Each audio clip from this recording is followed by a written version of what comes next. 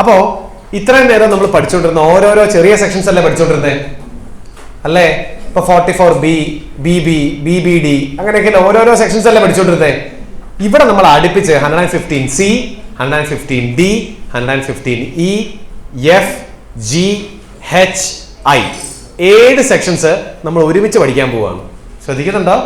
ഈ 7 സെക്ഷൻസ് ഉള്ള ടോപ്പിക്കിന് നമ്മൾ പറയുന്ന പേരാണ് special provision under chapter 12A. Chapter 12Aയിലാണ് ഈ 7 സെക്ഷൻസ് കവേർഡ് ആവുന്നത്. Are you with me? അപ്പൊ എവിടെയെങ്കിലുമൊക്കെ ചാപ്റ്റർ 12A എന്ന് കണ്ടാൽ മനസ്സിലാക്കുക 115C, D, E, F, G, H, I 115C, 115D അങ്ങനെ C, D, E, F, G, H, I വരെയുള്ള പ്രൊവിഷൻസ് നമുക്ക് നോക്കാം എന്താണെന്ന്. ഇമ്പോർട്ടന്റ് ആണ്, മാർക്ക് ഇറ്റ് ആസ് ഇമ്പോർട്ടന്റ്. അപ്പൊ നമുക്കൊരു സൈഡിൽ നിന്ന് തുടങ്ങാം. Special provisions under chapter 12A. എന്താ first point? The provisions of this chapter are applicable to hmm? Non resident Indian. ഈ ചാപ്റ്റർ ആപ്ലിക്കബിൾ ആവണമെന്നുണ്ടെങ്കിൽ നിങ്ങൾ ആരായിരിക്കണം? നിങ്ങൾ NRI ആയിരിക്കണം. നോൺ റെസിഡന്റ് ഇന്ത്യൻ ആയിരിക്കണം എന്നാണ് ഡിപ്പാർട്ട്മെന്റ് പറയുന്നത്. നോൺ റെസിഡന്റ് ആയാൽ പോരാ, നോൺ റെസിഡന്റ് ഇന്ത്യൻ ആയിരിക്കണം. ആര് ഈ നോൺ റെസിഡന്റ് ഇന്ത്യൻ? ഇവിടെ നോട്ട് നോക്കാം. NRI means Indian citizen or Indian origin who's not a resident. ഇപ്പൊ റെസിഡന്റ് അല്ലാത്ത ഇന്ത്യൻ സിറ്റിസൺ ആയിട്ടുള്ള അല്ലെങ്കിൽ ഇന്ത്യൻ ഒറിജിൻ ആയിട്ടുള്ള ആളുകളെയാണ് നമ്മൾ എന്തെന്ന് വിളിക്കുക? NRI. ദുബായ് മലയാളി. ശ്രദ്ധിക്കുന്നുണ്ടോ? അപ്പോ നിങ്ങളൊരു NRI ആണെങ്കിൽ മാത്രമാണ് ഈ ഒരു പ്രൊവിഷൻ നിങ്ങൾ എന്ത് ചെയ്യേണ്ടി വരിക? ഫോളോ ചെയ്യേണ്ടി വരിക. That is point number 1. Now അടുത്തത്, who derives investment income from foreign exchange assets or long term capital gain on transfer of foreign exchange assets. അതായത് NRIക്ക് എപ്പോഴാണ് ഈ ചാപ്റ്റർ 12A വരുന്നതെന്ന് ചോദിച്ചാൽ ഒന്നിനെ നിങ്ങൾക്ക് എന്ത് വേണം? ഇൻവെസ്റ്റ്മെന്റ് ഇൻകം ഉണ്ടാകണം, അല്ലെങ്കിൽ നിങ്ങൾക്ക് എന്തുണ്ടാവണം? ലോങ് ടേം ക്യാപിറ്റൽ ഗെയിൻ ഉണ്ടാകണം. എന്തിൽ നിന്ന്? ഫോറിൻ എക്സ്ചേഞ്ച് അസറ്റിൽ നിന്ന്. എന്താ asset? Foreign exchange asset. What is that? എന്ത് ഈ ഫോറിൻ എക്സ്ചേഞ്ച് അസറ്റ്? ഡെഫിനിഷൻ ഉണ്ട്, നമുക്ക് പഠിക്കാം. അപ്പൊ തൽക്കാലത്തേക്ക് മനസ്സിലാക്കുക, ഫോറിൻ എക്സ്ചേഞ്ച് അസറ്റിൽ നിന്നും ഇൻവെസ്റ്റ്മെന്റ് ഇൻകമോ ലോങ് ടേം ക്യാപിറ്റൽ ഗെയിനോ നിങ്ങൾക്ക് ഉണ്ട് എന്നുണ്ടെങ്കിൽ ഈ പ്രൊവിഷൻ നിങ്ങൾക്ക് ആപ്ലിക്കബിൾ ആയിരിക്കും. എന്ത് ഇൻവെസ്റ്റ്മെന്റ് ഇൻകം? ഇൻട്രസ്റ്റ് അല്ലെങ്കിൽ dividend. Long term capital gain പിന്നെ എന്താണെന്ന് അറിയാലോ, ട്രാൻസ്ഫർ ചെയ്യുമ്പോൾ വരുന്ന ലോങ് ടേം ക്യാപിറ്റൽ ഗെയിൻ. അപ്പൊ ഇവിടുത്തെ ചോദ്യം ഇതാണ്, what is this foreign exchange asset? Foreign exchange asset എന്ന് പറഞ്ഞാൽ എന്താണ്? Section 115C talks about the definition. Foreign exchange asset means below assets purchased in foreign currency. താഴെ പറയുന്ന അസറ്റുകൾ ഫോറിൻ കറൻസിയിലാണ് പർച്ചേസ് ചെയ്തതെങ്കിൽ ആ അസറ്റുകളെ നമ്മൾ വിളിക്കുന്ന പേരാണെന്ത്? Foreign exchange assets. ശ്രദ്ധിക്കുന്നുണ്ടോ? ഉണ്ടോ?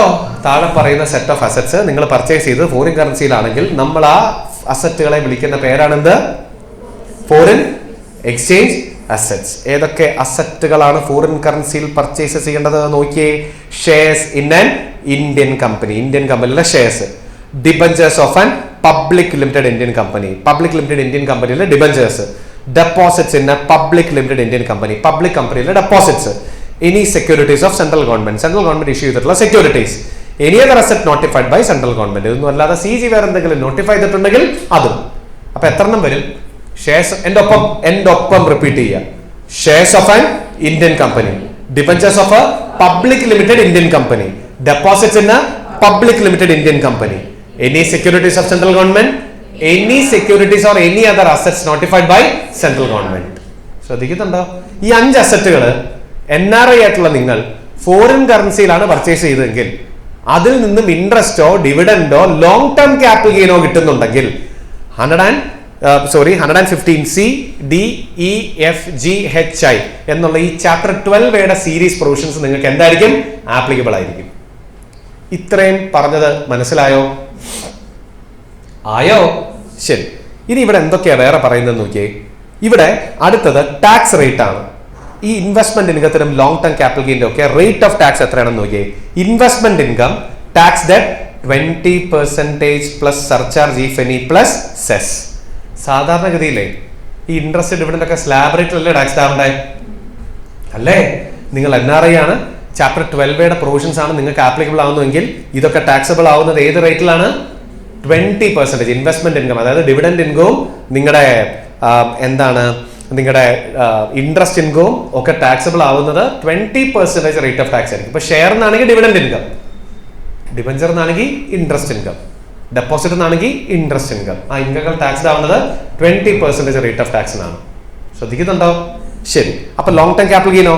What should be the rate for long term capital gain? നോക്കിയേ, long term capital gain from transfer of specified asset shall be taxed at what rate? 12.5%. ഒറ്റ റേറ്റേ ഉള്ളൂ.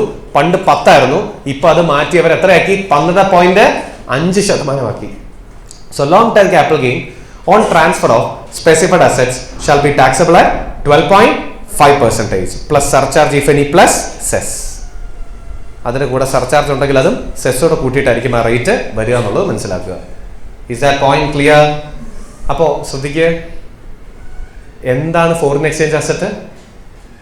Shares of an Indian company, deposits in a public limited Indian company, debentures of a public limited Indian company, central government security or any other asset notified by central government which is purchased in foreign currency. If you are an NRI and having dividend or interest, rate of tax will be 20%. If you are an NRI having long term capital gain from transfer of this asset, taxable at 12.5%. ഇത്രയും പറഞ്ഞത് മനസ്സിലായോ? ഇനി അടുത്തത് എന്താ? ഈ എക്സ്പെൻസുകൾ compute ചെയ്യുമ്പോൾ 115D പറയുന്നു യാതൊരു, അല്ലെങ്കിൽ ഈ ഇൻകം കമ്പ്യൂട്ട് ചെയ്യുമ്പോൾ 115D പറയുന്നു യാതൊരു എക്സ്പെൻസുകൾക്കും നിങ്ങൾ എന്തെടുക്കാൻ പാടില്ല? ഡിഡക്ഷൻ എടുക്കാൻ പാടില്ല. നോക്കാം എന്താണെന്ന്. No deduction on any expense in computing the investment income. Investment income compute ചെയ്യുമ്പോൾ യാതൊരു എക്സ്പെൻസുകൾക്കും നിങ്ങൾ എന്തെടുക്കാൻ പാടില്ല? ഡിഡക്ഷൻ എടുക്കാൻ പാടില്ല. ഇപ്പൊ ഇൻട്രസ്റ്റ് ഇൻകം ഒക്കെ ഏൺ ചെയ്യാൻ വല്ല ബ്രോക്കറേജ് ഒക്കെ കൊടുത്തിട്ടുണ്ട് എന്നുണ്ടെങ്കിൽ അതിനൊന്നും നിങ്ങൾക്ക് എന്ത് കിട്ടാൻ പോകുന്നില്ല? ഡിഡക്ഷൻ കിട്ടാൻ പോകുന്നില്ല. No chapter 6A deduction from both. എന്താ from both? Long term capital gain നിന്നും ഇൻവെസ്റ്റ്മെന്റ് ഇൻകത്തിൽ നിന്നും നിങ്ങൾ ചാപ്റ്റർ 6A ഡിഡക്ഷൻസ് ക്ലെയിം ചെയ്യാൻ പാടില്ല. And no indexation benefit from long term capital gain. Long term capital gain compute ചെയ്യുമ്പോൾ indexation benefit എടുക്കാൻ പാടില്ല. ഒന്നുകൂടെ വായിച്ച first condition, no deduction on any expense in computing. ആ ഈസ് വേണ്ട. In computing investment income. Investment income compute ചെയ്യുമ്പോൾ യാതൊരു എക്സ്പെൻസുകൾക്ക് ഡിഡക്ഷൻ എടുക്കാൻ പറ്റില്ല എന്നല്ലേ പറഞ്ഞേക്കുന്നേ? അല്ലേ? എനിക്കൊരു സംശയം. അങ്ങനെയാണെങ്കിൽ long term capital gain compute ചെയ്യുമ്പോഴേ ഡയറക്റ്റ് എക്സ്പെൻസും നമ്മുടെ എന്താണ് കോസ്റ്റ് ഓഫ് അക്വിസിഷനും ഒക്കെ ഡിഡക്ഷൻ ആയിട്ട് ക്ലെയിം ചെയ്യാൻ പറ്റുമോ? Long term capital gain compute ചെയ്യുമ്പോൾ ഡയറക്റ്റ് എക്സ്പെൻസസ് ഓൺ ട്രാൻസ്ഫറും കോസ്റ്റ് ഓഫ് അക്വിസിഷനും ഒക്കെ ഡിഡക്ഷൻ ആയിട്ട് ക്ലെയിം ചെയ്യാൻ പറ്റുമോ? യെസ്. ഇൻവെസ്റ്റ്മെന്റ് ഇൻകത്തിൽ നിന്ന് എക്സ്പെൻസിന് ഡിഡക്ഷൻ കിട്ടൂല എന്നല്ലേ പറഞ്ഞേക്കുന്നത്? ലോങ് ടേം ക്യാപിറ്റൽ ഗെയിനിന് തീർച്ചയായിട്ടും നിങ്ങൾക്ക് എന്ത് ക്ലെയിം ചെയ്യാം? എക്സ്പെൻസിന് ഡിഡക്ഷൻ ക്ലെയിം ചെയ്യാം. ശ്രദ്ധിക്കുന്നുണ്ടോ? ഉണ്ടോ? നൗ അടുത്തത്, what is the next point? No chapter 6A deduction from both. Long term capital ഗെയിനിൽ നിന്നും ഇൻവെസ്റ്റ്മെന്റ് ഇൻകത്തിൽ നിന്ന് രണ്ടിൽ നിന്നും നിങ്ങൾക്ക് ചാപ്റ്റർ 6A ഡിഡക്ഷൻ എന്ത് ചെയ്യാൻ പറ്റില്ല? ക്ലെയിം ചെയ്യാൻ പറ്റില്ല.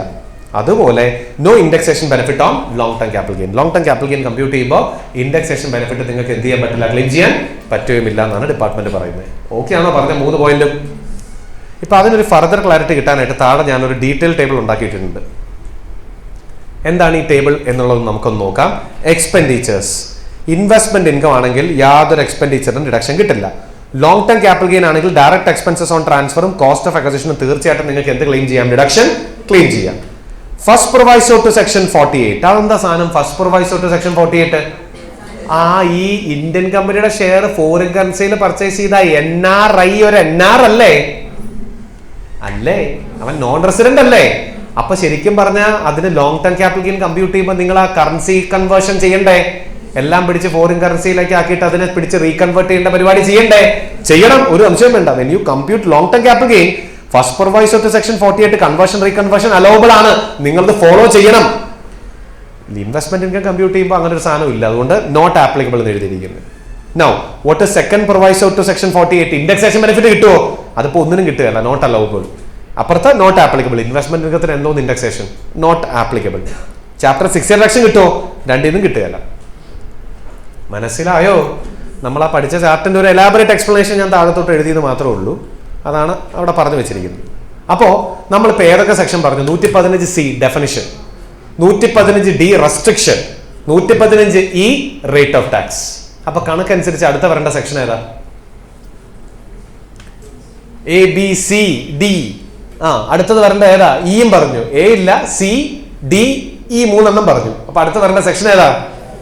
ഇംഗ്ലീഷ് അക്ഷരമാലയിൽ ഇനി അടുത്ത അക്ഷരം ഏതാണെന്ന് F. അപ്പൊ 115F ആണ് അടുത്ത സെക്ഷൻ. നമുക്ക് നോക്കാം എന്താണെന്ന്. അതായത് എക്സംഷൻ ആണ്. അതായത് നിങ്ങൾ നിങ്ങളുടെ ഇന്ററിന് സെക്ഷൻ 54 എന്ന് പറഞ്ഞൊരു സാധനം പഠിച്ചിട്ടുണ്ടോ? സെക്ഷൻ 54 ക്യാപിറ്റൽ ഗെയിനിൽ ഒരു എക്സംഷൻ ആണ്.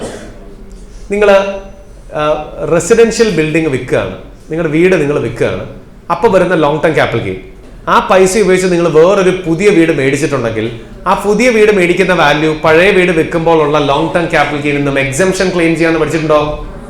വീട് വിറ്റ് വീട് മേടിച്ചാൽ കിട്ടുന്ന എക്സംഷൻ ആണ് സെക്ഷൻ 54. അതുപോലെ നിങ്ങൾ ഈ സ്പെസിഫൈഡ് അസറ്റ് ഇല്ലേ, നമ്മുടെ ഈ ഫോറിൻ എക്സ്ചേഞ്ച് അസറ്റ്, ആ അസറ്റുകൾ വിറ്റ് 6 മാസത്തിനുള്ളിൽ സ്പെസിഫൈഡ് അസറ്റുകൾ മേടിച്ചാൽ കിട്ടുന്ന എക്സംഷൻ ആണ് 115F. You sell these assets. ഈ അസറ്റ്സിനാണ് നമ്മൾ സ്പെസിഫൈഡ് അസറ്റ്സ് എന്ന് പറയാം. You sell these assets within 6 months from the date of transfer you buy these assets. അത് തന്നെയല്ല, വേറെ കമ്പനിയുടെ ഷെയർ മേടിക്കുക. You will be getting an exemption under 115F. എങ്ങനെ ക്ലെയിം ചെയ്യണം നോക്കാം. സോ എക്സംഷൻ under 115F എന്താ പറയുന്നത്? വേറെ NRI has transferred a long-term foreign exchange asset and has within a period of how many months? 6 months. നിങ്ങൾ പഴയ asset വിറ്റ date തൊട്ട് 6 മാസത്തിനുള്ളിൽ after the date of transfer, 6 months after the date of transfer, invested the net consideration in any specified asset. നിങ്ങൾ ആ net consideration ഏതെങ്കിലും specified അസറ്റിൽ, ഈ blue ബോക്സിൽ പറയുന്ന അസറ്റിൽ ഇൻവെസ്റ്റ് ചെയ്തിട്ടുണ്ട് എന്നുണ്ടെങ്കിൽ then exemption is as follows. Exemption താഴെ പറയുന്ന പോലെ കമ്പ്യൂട്ട് ചെയ്യണം എന്നാണ് അവർ പറയുന്നത്. എന്താ ഇക്വേഷൻ വായിച്ചേ? Long term capital gain into amount invested in new asset divided by net sale consideration. നമുക്ക് അതിനൊന്ന് റീറൈറ്റ് ചെയ്യാം ഇങ്ങോട്ടേക്ക്. എന്താ ഇക്വേഷൻ? വായിച്ചു പറഞ്ഞേ, എന്താ അത്? Long term capital gain into amount invested in new shares or new assets divided by net sale consideration. എന്താ ഇതിന്റെ അർത്ഥം? ഈ ലോങ് ടേം ക്യാപിറ്റൽ ഗെയിൻ തൽക്കാലത്തേക്ക് മറന്നു കളയുക, ഇത് അവിടെ ഇല്ലാന്ന് വിചാരിക്കുക. ഈ ഫ്രാക്ഷന്റെ അർത്ഥം എന്താ? നിങ്ങളുടെ ഫോറിൻ എക്സ്ചേഞ്ച് അസറ്റ് വിറ്റപ്പോ അതിന്റെ full value consideration minus direct expenses അല്ലേ നെറ്റ് സെയിൽ കൺസിഡറേഷൻ. ആ നെറ്റ് സെയിൽ കൺസിഡറേഷൻ തുകയിൽ എത്ര പെർസെന്റേജ് നിങ്ങൾ പുതിയ അസറ്റിൽ ഇൻവെസ്റ്റ് ചെയ്തു എന്നല്ല ഈ ഫ്രാക്ഷന്റെ അർത്ഥം. ആ തുക മുഴുവൻ നിങ്ങൾ പുതിയ അസറ്റിൽ ഇൻവെസ്റ്റ് ചെയ്താൽ മൊത്തം ലോങ് ടേം ക്യാപിറ്റൽ ഗെയിൻ നിങ്ങൾക്ക് എന്ത് ക്ലെയിം ചെയ്യാം? എക്സംഷൻ ക്ലെയിം ചെയ്യാം. അതായത് ആ percentage of investment out of your net sale consideration in the new asset, that percentage on long term capital gain is the exemption. അതായത് net sale കൺസിഡറേഷന്റെ പകുതി ഉപയോഗിച്ചിട്ടാണ് നിങ്ങൾ പുതിയ അസറ്റ് മേടിക്കുന്നതെങ്കിൽ പകുതി long term capital gain exemption കിട്ടും. മൊത്തം കൊണ്ടിട്ട മൊത്തം long term capital gain exemption കിട്ടും. ശ്രദ്ധിക്കുന്നുണ്ടോ? So out of your NSE net sale consideration how much you have invested in the new asset, that percentage on investment on long term capital gain is the exemption. മനസ്സിലായോ ഞാൻ പറഞ്ഞത്? Equation ഒന്നും കാണാപ്പാടം പഠിക്കണ്ട. ആ net sale കൺസിഡറേഷനിൽ എന്തോരം നിങ്ങൾ പുതിയ അസറ്റിൽ invest ചെയ്തിട്ടുണ്ടോ ആ പെർസെന്റേജ് ലോങ് ടേം ക്യാപിറ്റൽ ഗെയിന്റെ മുകളിൽ അപ്ലൈ ചെയ്യുമ്പോൾ നിങ്ങൾക്ക് എന്ത് കിട്ടും? എക്സംഷൻ കിട്ടും എന്നാണ് ഡിപ്പാർട്ട്മെന്റ് പറയുന്നത്. പിന്നെ ഇൻവെസ്റ്റ്മെന്റ് എത്ര നാൾക്കുള്ളിൽ ചെയ്യണം? എത്ര നാൾക്കുള്ളിൽ ഇൻവെസ്റ്റ്മെന്റ് ചെയ്യണം? പഴയ അസറ്റ് വിറ്റ ഡേറ്റ് തൊട്ട് 6 മാസത്തിനുള്ളിൽ ഇൻവെസ്റ്റ്മെന്റ് ചെയ്യണം within A period of 6 months after the date of transfer എന്ന് പറഞ്ഞേക്കുന്നത്. നൗ കഴിഞ്ഞിട്ടില്ല. ഈ പുതിയ ഷെയർ ഇല്ലേ, ഏതാ ഈ എക്സംഷൻ ക്ലെയിം ചെയ്യാൻ വേണ്ടി നിങ്ങൾ മേടിച്ച കുറച്ച് സെറ്റ് ഓഫ് ഷെയർസ് ഇല്ലേ, അത് അടുത്ത 3 വർഷത്തേക്ക് നിങ്ങൾ എന്ത് ചെയ്യാൻ പാടില്ല? വിൽക്കാൻ പാടില്ല. There is a lock-in period for the new shares, for the upcoming or new assets rather than shares. It can be debentures, deposits, etc. ആ പുതിയ അസറ്റ് അടുത്ത 3 വർഷത്തേക്ക് നിങ്ങൾ എന്ത് ചെയ്യാൻ പാടില്ല? വിൽക്കാൻ പാടില്ല. There is a lock-in period condition. അപ്പൊ വിറ്റാലോ? On premature transfer, benefit availed earlier under this section shall be taxed as long-term capital gain in the previous year in which such new asset is transferred or converted into money. നിങ്ങൾ അത് 3 വർഷത്തിനുള്ളിൽ വിറ്റാൽ, നേരത്തെ ഒരു exemption ഞങ്ങൾ തന്നില്ലായിരുന്നോ? ആ exemption ആ വിൽക്കുന്ന വർഷം നിങ്ങൾ എന്ത് കൊടുക്കേണ്ടി വരും? റിവേഴ്സ് ചെയ്ത് നിങ്ങളുടെ deemed long term capital gain ആക്കി മാറ്റേണ്ടി വരും. അതായത് ആ 3 കൊല്ലത്തെ ലോക്ക്-ഇൻ പീരീഡ് കണ്ടീഷൻ വയലേറ്റ് ചെയ്ത് നിങ്ങൾ ആ പുതിയ ഷെയർ വിറ്റാൽ 2 set of capital gain compute ചെയ്യണം. ഒന്ന് ആ ഷെയർ വിൽക്കുന്നതിന്റെ capital gain, 2 lock-in period violate കാരണം ഉണ്ടായ നേരത്തെ റിവേഴ്സൽ ഓഫ് എക്സംഷൻ. എന്താ റിവേഴ്സൽ ഓഫ് എക്സംഷൻ? നേരത്തെ എത്രയാണോ എക്സംഷൻ ക്ലെയിം ചെയ്തത് അതിപ്പോ എന്തായി മാറും? Deemed long term capital gain ആയി മാറും. ഞാൻ പറഞ്ഞത് മനസ്സിലായോ? നോ. അപ്പൊ അതാണ് 115F. അപ്പൊ എന്താ 115F? നിങ്ങൾ ആ long term capital gain amount ഉപയോഗിച്ച് നിങ്ങൾ പുതിയ ഷെയർ ഇൻവെസ്റ്റ് ചെയ്യാണ്, പർച്ചേസ് ചെയ്യുകയാണെന്നുണ്ടെങ്കിൽ നിങ്ങൾക്ക് എങ്ങനെ എക്സംഷൻ കിട്ടുമെന്ന് പറയുന്ന സെക്ഷനാണ് 115F. Now moving on. അടുത്തത് ഇവിടെ ഒരു വണ്ടർഫുൾ ബെനിഫിറ്റ് ഉണ്ട് ഈ അസസീസിന്. ഒന്ന് ശ്രദ്ധിച്ചേ. If there is no other income other than investment or long term capital gain under this section plus TDS has been deducted, then 115G says assessee is not required to file his return. അതായത് നിങ്ങൾക്ക് ഈ chapter 12 പറയുന്ന investment ഇൻകോ long term capital ഗെയിനും മാത്രമേ ഉള്ളൂ.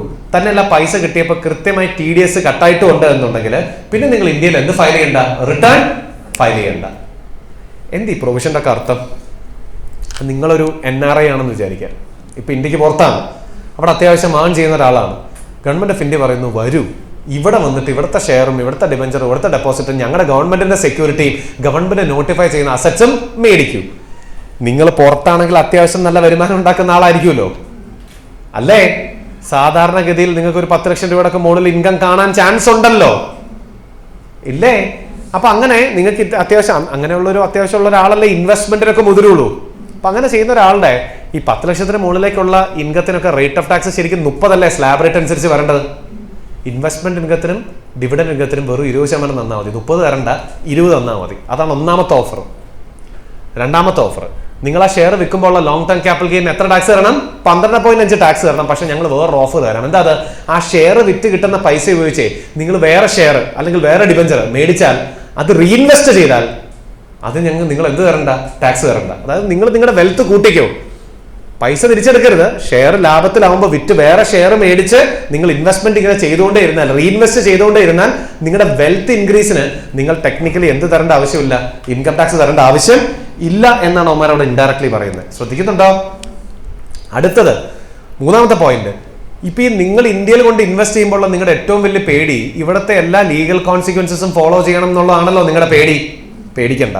ഈ വരുമാനം മാത്രമുള്ള നിങ്ങൾക്ക് കറക്റ്റായിട്ട് TDSഉം ആ പൈസ തരുമ്പോൾ കട്ടാവും. അങ്ങനെ കട്ട് ചെയ്തിട്ടുള്ള നിങ്ങൾ പിന്നെ ഇന്ത്യയിൽ എന്ത് ഫയൽ ചെയ്യണ്ട? റിട്ടേൺ ഫയൽ ചെയ്യണ്ട. നിങ്ങൾ അതിൽ നിന്ന് ഞങ്ങൾ ഒഴിവാക്കിയിരിക്കുന്നു. So they are giving more and more offers to make it more attractive. ഈ സ്കീം അട്രാക്റ്റീവ് ആക്കാനായിട്ട് അവർ ചാപ്റ്റർ 12 ശരിക്കും പറഞ്ഞാൽ കുറെ ഓഫേഴ്സ് ആണത്. ശ്രദ്ധിക്കുന്നുണ്ടോ? അപ്പൊ നിങ്ങൾ പറയാണ്, അടുത്തൊരു സംശയം, നിങ്ങളെ ഇൻവെസ്റ്റ്മെന്റ് ചെയ്തപ്പോൾ ദുബായിലായിരുന്നു, ഒരു എക്സാമ്പിൾ പറഞ്ഞാണ്, നിങ്ങൾ ദുബായിലായിരുന്നു, അപ്പോഴാണ് നിങ്ങൾ ഇൻവെസ്റ്റ്മെന്റ് ഒക്കെ ചെയ്തത്. പിന്നീട് നിങ്ങളുടെ ജോലി പോയി, അല്ലെങ്കിൽ നിങ്ങൾ ജോലി ഉപേക്ഷിച്ചു, നിങ്ങൾ നാട്ടിലേക്ക് വരികയാണ്. ശ്രദ്ധിക്കുന്നുണ്ടോ?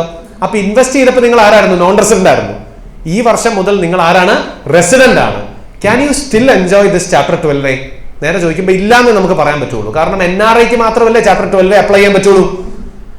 ഇൻവെസ്റ്റ് ചെയ്തപ്പോൾ നിങ്ങൾ NRI ആയിരുന്നു, ഇപ്പൊ നിങ്ങൾ ഇന്ത്യയിലേക്ക് വന്നു, ഇന്ത്യയിൽ ജോലി എടുക്കുകയാണെന്നുണ്ടെങ്കിൽ ഇൻവെസ്റ്റ്മെന്റ് ഇൻകം ഡിവിഡൻഡ് ഇൻകം ഒക്കെ നോർമൽ സ്ലാബ് റേറ്റിലല്ലേ ടാക്സ് കൊടുക്കേണ്ടത്? Don't worry, where a person whose an NRI becomes assessable as a resident in any subsequent year, then he may furnish a declaration to continue the applicability of the above provisions.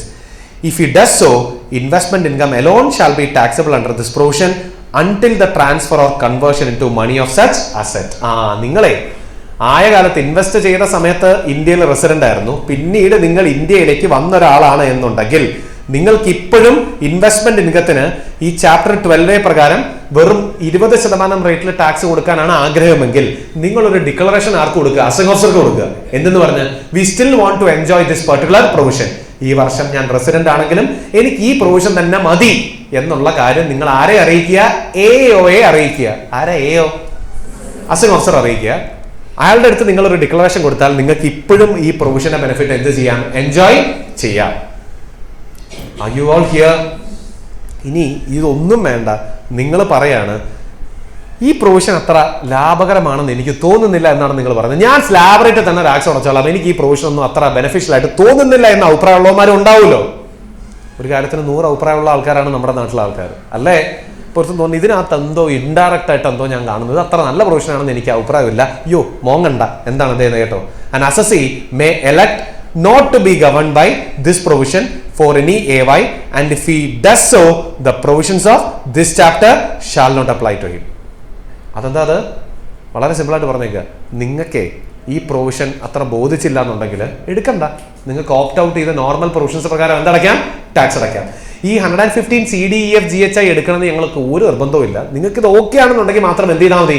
Opt ചെയ്താൽ മതി. അല്ലെങ്കിൽ നിങ്ങൾക്ക് എന്ത് ചെയ്യാം? Opt out ചെയ്യാം. Opt out ചെയ്യാന്ന് പറഞ്ഞാൽ എന്താ ഉദ്ദേശിക്കുന്നത്? സെക്ഷൻ 115I പ്രകാരം നിങ്ങൾക്ക് എന്ത് ചെയ്യാം? നോർമൽ പ്രൊവിഷൻസ് പ്രകാരം അത് സാധാരണ ഇൻകം ആയിട്ട് കാണിച്ച് സാധാരണ സ്ലാബ് റേറ്റിൽ സാധാരണ പോലെ കമ്പ്യൂട്ടേഷൻ ചെയ്ത് ടാക്സ് അടയ്ക്കാം. ഇത് തന്നെ ചെയ്യണമെന്ന് ഞങ്ങൾക്ക് യാതൊരു നിർബന്ധവും ഇല്ല. It's not mandatory. ഇനി എക്സാമിന് ക്വസ്റ്റ്യൻ വരുമ്പോൾ ആൾ NRI ആണ്, ഈ അസറ്റ്സ് ആണെന്നുണ്ടെങ്കിൽ നിങ്ങൾ ഇത് തന്നെ ഫോളോ ചെയ്യണം.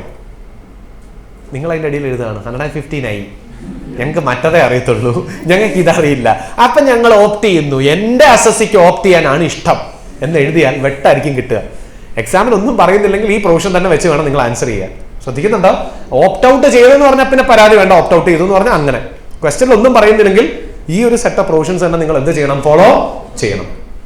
CA ഫൈനലിൽ ഒരിക്കൽ MCQ ക്വസ്റ്റ്യൻ വന്നു, പാരഗ്രാഫ് ബേസ്ഡ് MCQ. അതിൻ്റെ അകത്ത് ഓപ്റ്റ് ചെയ്താൽ എങ്ങനെ, ഓപ്റ്റ് ഔട്ട് ചെയ്താൽ എങ്ങനെ എന്ന് മൾട്ടിപ്പിൾ വേരിയന്റിൽ ഉമ്മാൻ ഒരിക്കൽ എക്സാമിന് ക്വസ്റ്റ്യൻ ചോദിച്ചിട്ടുണ്ട്. അപ്പോൾ അങ്ങനത്തെ ഒരു ക്വസ്റ്റ്യൻ ഞാൻ CMAയിൽ ഇതുവരെ കണ്ടിട്ടില്ല, CA ലാണ് ഞാൻ കണ്ടിട്ടുള്ളത്. അപ്പോൾ എങ്ങനെയാണോ ചോദിക്കുന്നത് അതനുസരിച്ച് അതിന് ആൻസർ ചെയ്യാൻ നിങ്ങൾ എന്തായിരിക്കണം? റെഡി ആയിരിക്കണം. Are you with me? ശ്രദ്ധിക്കുന്നുണ്ടോ? റൈറ്റ്. അപ്പൊ നമ്മൾ പറഞ്ഞുകൊണ്ടിരുന്ന വലിയൊരു പ്രൊവിഷനാണ് സെക്ഷൻ 115CDEFGHI. എന്തായിരുന്നു C? ഡെഫിനിഷൻ. ആർക്കാ C ആപ്ലിക്കബിൾ ആവുക, അല്ലെങ്കിൽ ഈ പ്രൊവിഷൻ ആർക്കാ ആപ്ലിക്കബിൾ ആവുക? NRI. ഇൻവെസ്റ്റ്മെന്റ് ഇൻകം അല്ലെങ്കിൽ long term capital gain from transfer of foreign exchange asset. What is foreign exchange asset? Below shares or below assets purchase in foreign currency. ഏതൊക്കെയാ? Shares of an Indian company, debentures of a public company, deposits of a public company, central government security or any other asset notified by central government. ഇതിന് rate of tax എത്രയാ? Investment income 20%, long term capital gain 12.5%. Conditions എന്തൊക്കെയാ? Investment income compute ചെയ്യുമ്പോൾ no expense deduction, no deduction for any of the expenses. Long term capital gain yes, direct expense, cost of acquisition you can deduct. No chapter 6A from both and no indexation from long term capital gain. 115F പഴയ share നിങ്ങൾ അല്ലെങ്കിൽ പഴയ asset നിങ്ങൾ വിറ്റ് 6 മാസത്തിനുള്ളിൽ പുതിയ ഷെയറോ ആ specified അസറ്റോ നിങ്ങൾ മേടിച്ചിട്ടുണ്ടെങ്കിൽ നിങ്ങൾക്ക് out of long term capital gain into amount invested in the new asset divided by net sale consideration എന്നുള്ള കണക്കിൽ നിങ്ങൾക്ക് എന്ത് ക്ലെയിം ചെയ്യാം? എക്സംഷൻ ക്ലെയിം ചെയ്യാം, അല്ലേ? പിന്നെ നിങ്ങൾ ഇൻവെസ്റ്റ്മെന്റ് ചെയ്തപ്പോൾ NRI ആയിരുന്നു, പിന്നീട് നിങ്ങൾ റെസിഡന്റ് ആവുന്ന കേസുകളിൽ നിങ്ങൾക്ക് ഈ പ്രൊവിഷൻ എൻജോയ് ചെയ്യാം. പക്ഷെ അങ്ങനെ എൻജോയ് ചെയ്യുമ്പോൾ ഒരു കാര്യം ഓർത്തോണേ, ഇവിടെ അവരെന്താ പറഞ്ഞിരിക്കുന്നത്? A person whose A NRI becomes assessable as a resident in subsequent year, then he may furnish a declaration to continue the applicability of the above provision. If he does so, അങ്ങനെ continue ചെയ്യണമെന്ന് പറഞ്ഞാൽ investment income alone shall be taxable under this provision എന്നല്ലേ പറഞ്ഞേക്കുന്നത്? അതായത് അത് വിറ്റാലുള്ള long term capital gain normal provisions പ്രകാരം taxable ആവും. ഇൻവെസ്റ്റ്മെന്റ് ഇൻകത്തിന് മാത്രം നിങ്ങൾക്ക് വേണമെങ്കിൽ 20 അടച്ചിട്ട് എന്ത് ചെയ്യാം? ആ ബെനിഫിറ്റ് കണ്ടിന്യൂ ചെയ്യാം. ലോങ് ടേം ക്യാപിറ്റൽ ഗെയിൻ ഞങ്ങൾ എന്ത് തരില്ല? ആ ബെനിഫിറ്റ് തരില്ല. ഡിക്ലറേഷൻ കൊടുക്കുന്ന കേസുകളിൽ ഇൻവെസ്റ്റ്മെന്റ് ഇൻകത്തിന് മാത്രമേ ബെനിഫിറ്റ് കിട്ടുള്ളൂ, ലോങ് ടേം ക്യാപിറ്റൽ ഗെയിൻ ആ ബെനിഫിറ്റ് കിട്ടില്ല എന്ന് മനസ്സിലാക്കുക. അപ്പൊ നമ്മൾ ചാപ്റ്റർ 12A ആണ് പഠിച്ചു നിർത്തിയത്. ഇനി നമ്മൾ പഠിക്കാൻ പോകുന്നത് ശരിക്കും പറഞ്ഞാൽ NR ടാക്സേഷനിലെ ഏറ്റവും വലിയ സെക്ഷനാണ് പഠിക്കാൻ പോകുന്നത്. ശ്രദ്ധിക്കുന്നുണ്ടോ? അത് പഠിക്കാനുള്ള ഏറ്റവും നല്ല സമയമാണ് ഇപ്പോൾ. NR ടാക്സേഷനിലെ ഏറ്റവും വലിയ ടോപ്പിക്ക് കുറേ നേരം തിയറിയാണ്, പഠിക്കാനുള്ള ഏറ്റവും ബെസ്റ്റ് ടൈമാണ് ഇപ്പോൾ. അപ്പൊ നമുക്ക് എന്ത് ചെയ്യാം? നേരെ തുടങ്ങാം. എന്താണ് heading? Special rate of tax applicable to certain income of non residents. Chapter 12, that is section 115A ആണ് ആദ്യം. അതായത് നോൺ റെസിഡൻസിന് ഇൻകം ടാക്സ് ആക്ട് പ്രകാരമുള്ള ഫ്ലാറ്റ് റേറ്റുകളെ എല്ലാം നമ്മൾ ഒരുമിച്ച് പഠിക്കാൻ പോവുകയാണ്. ശ്രദ്ധിക്കുന്നുണ്ടോ?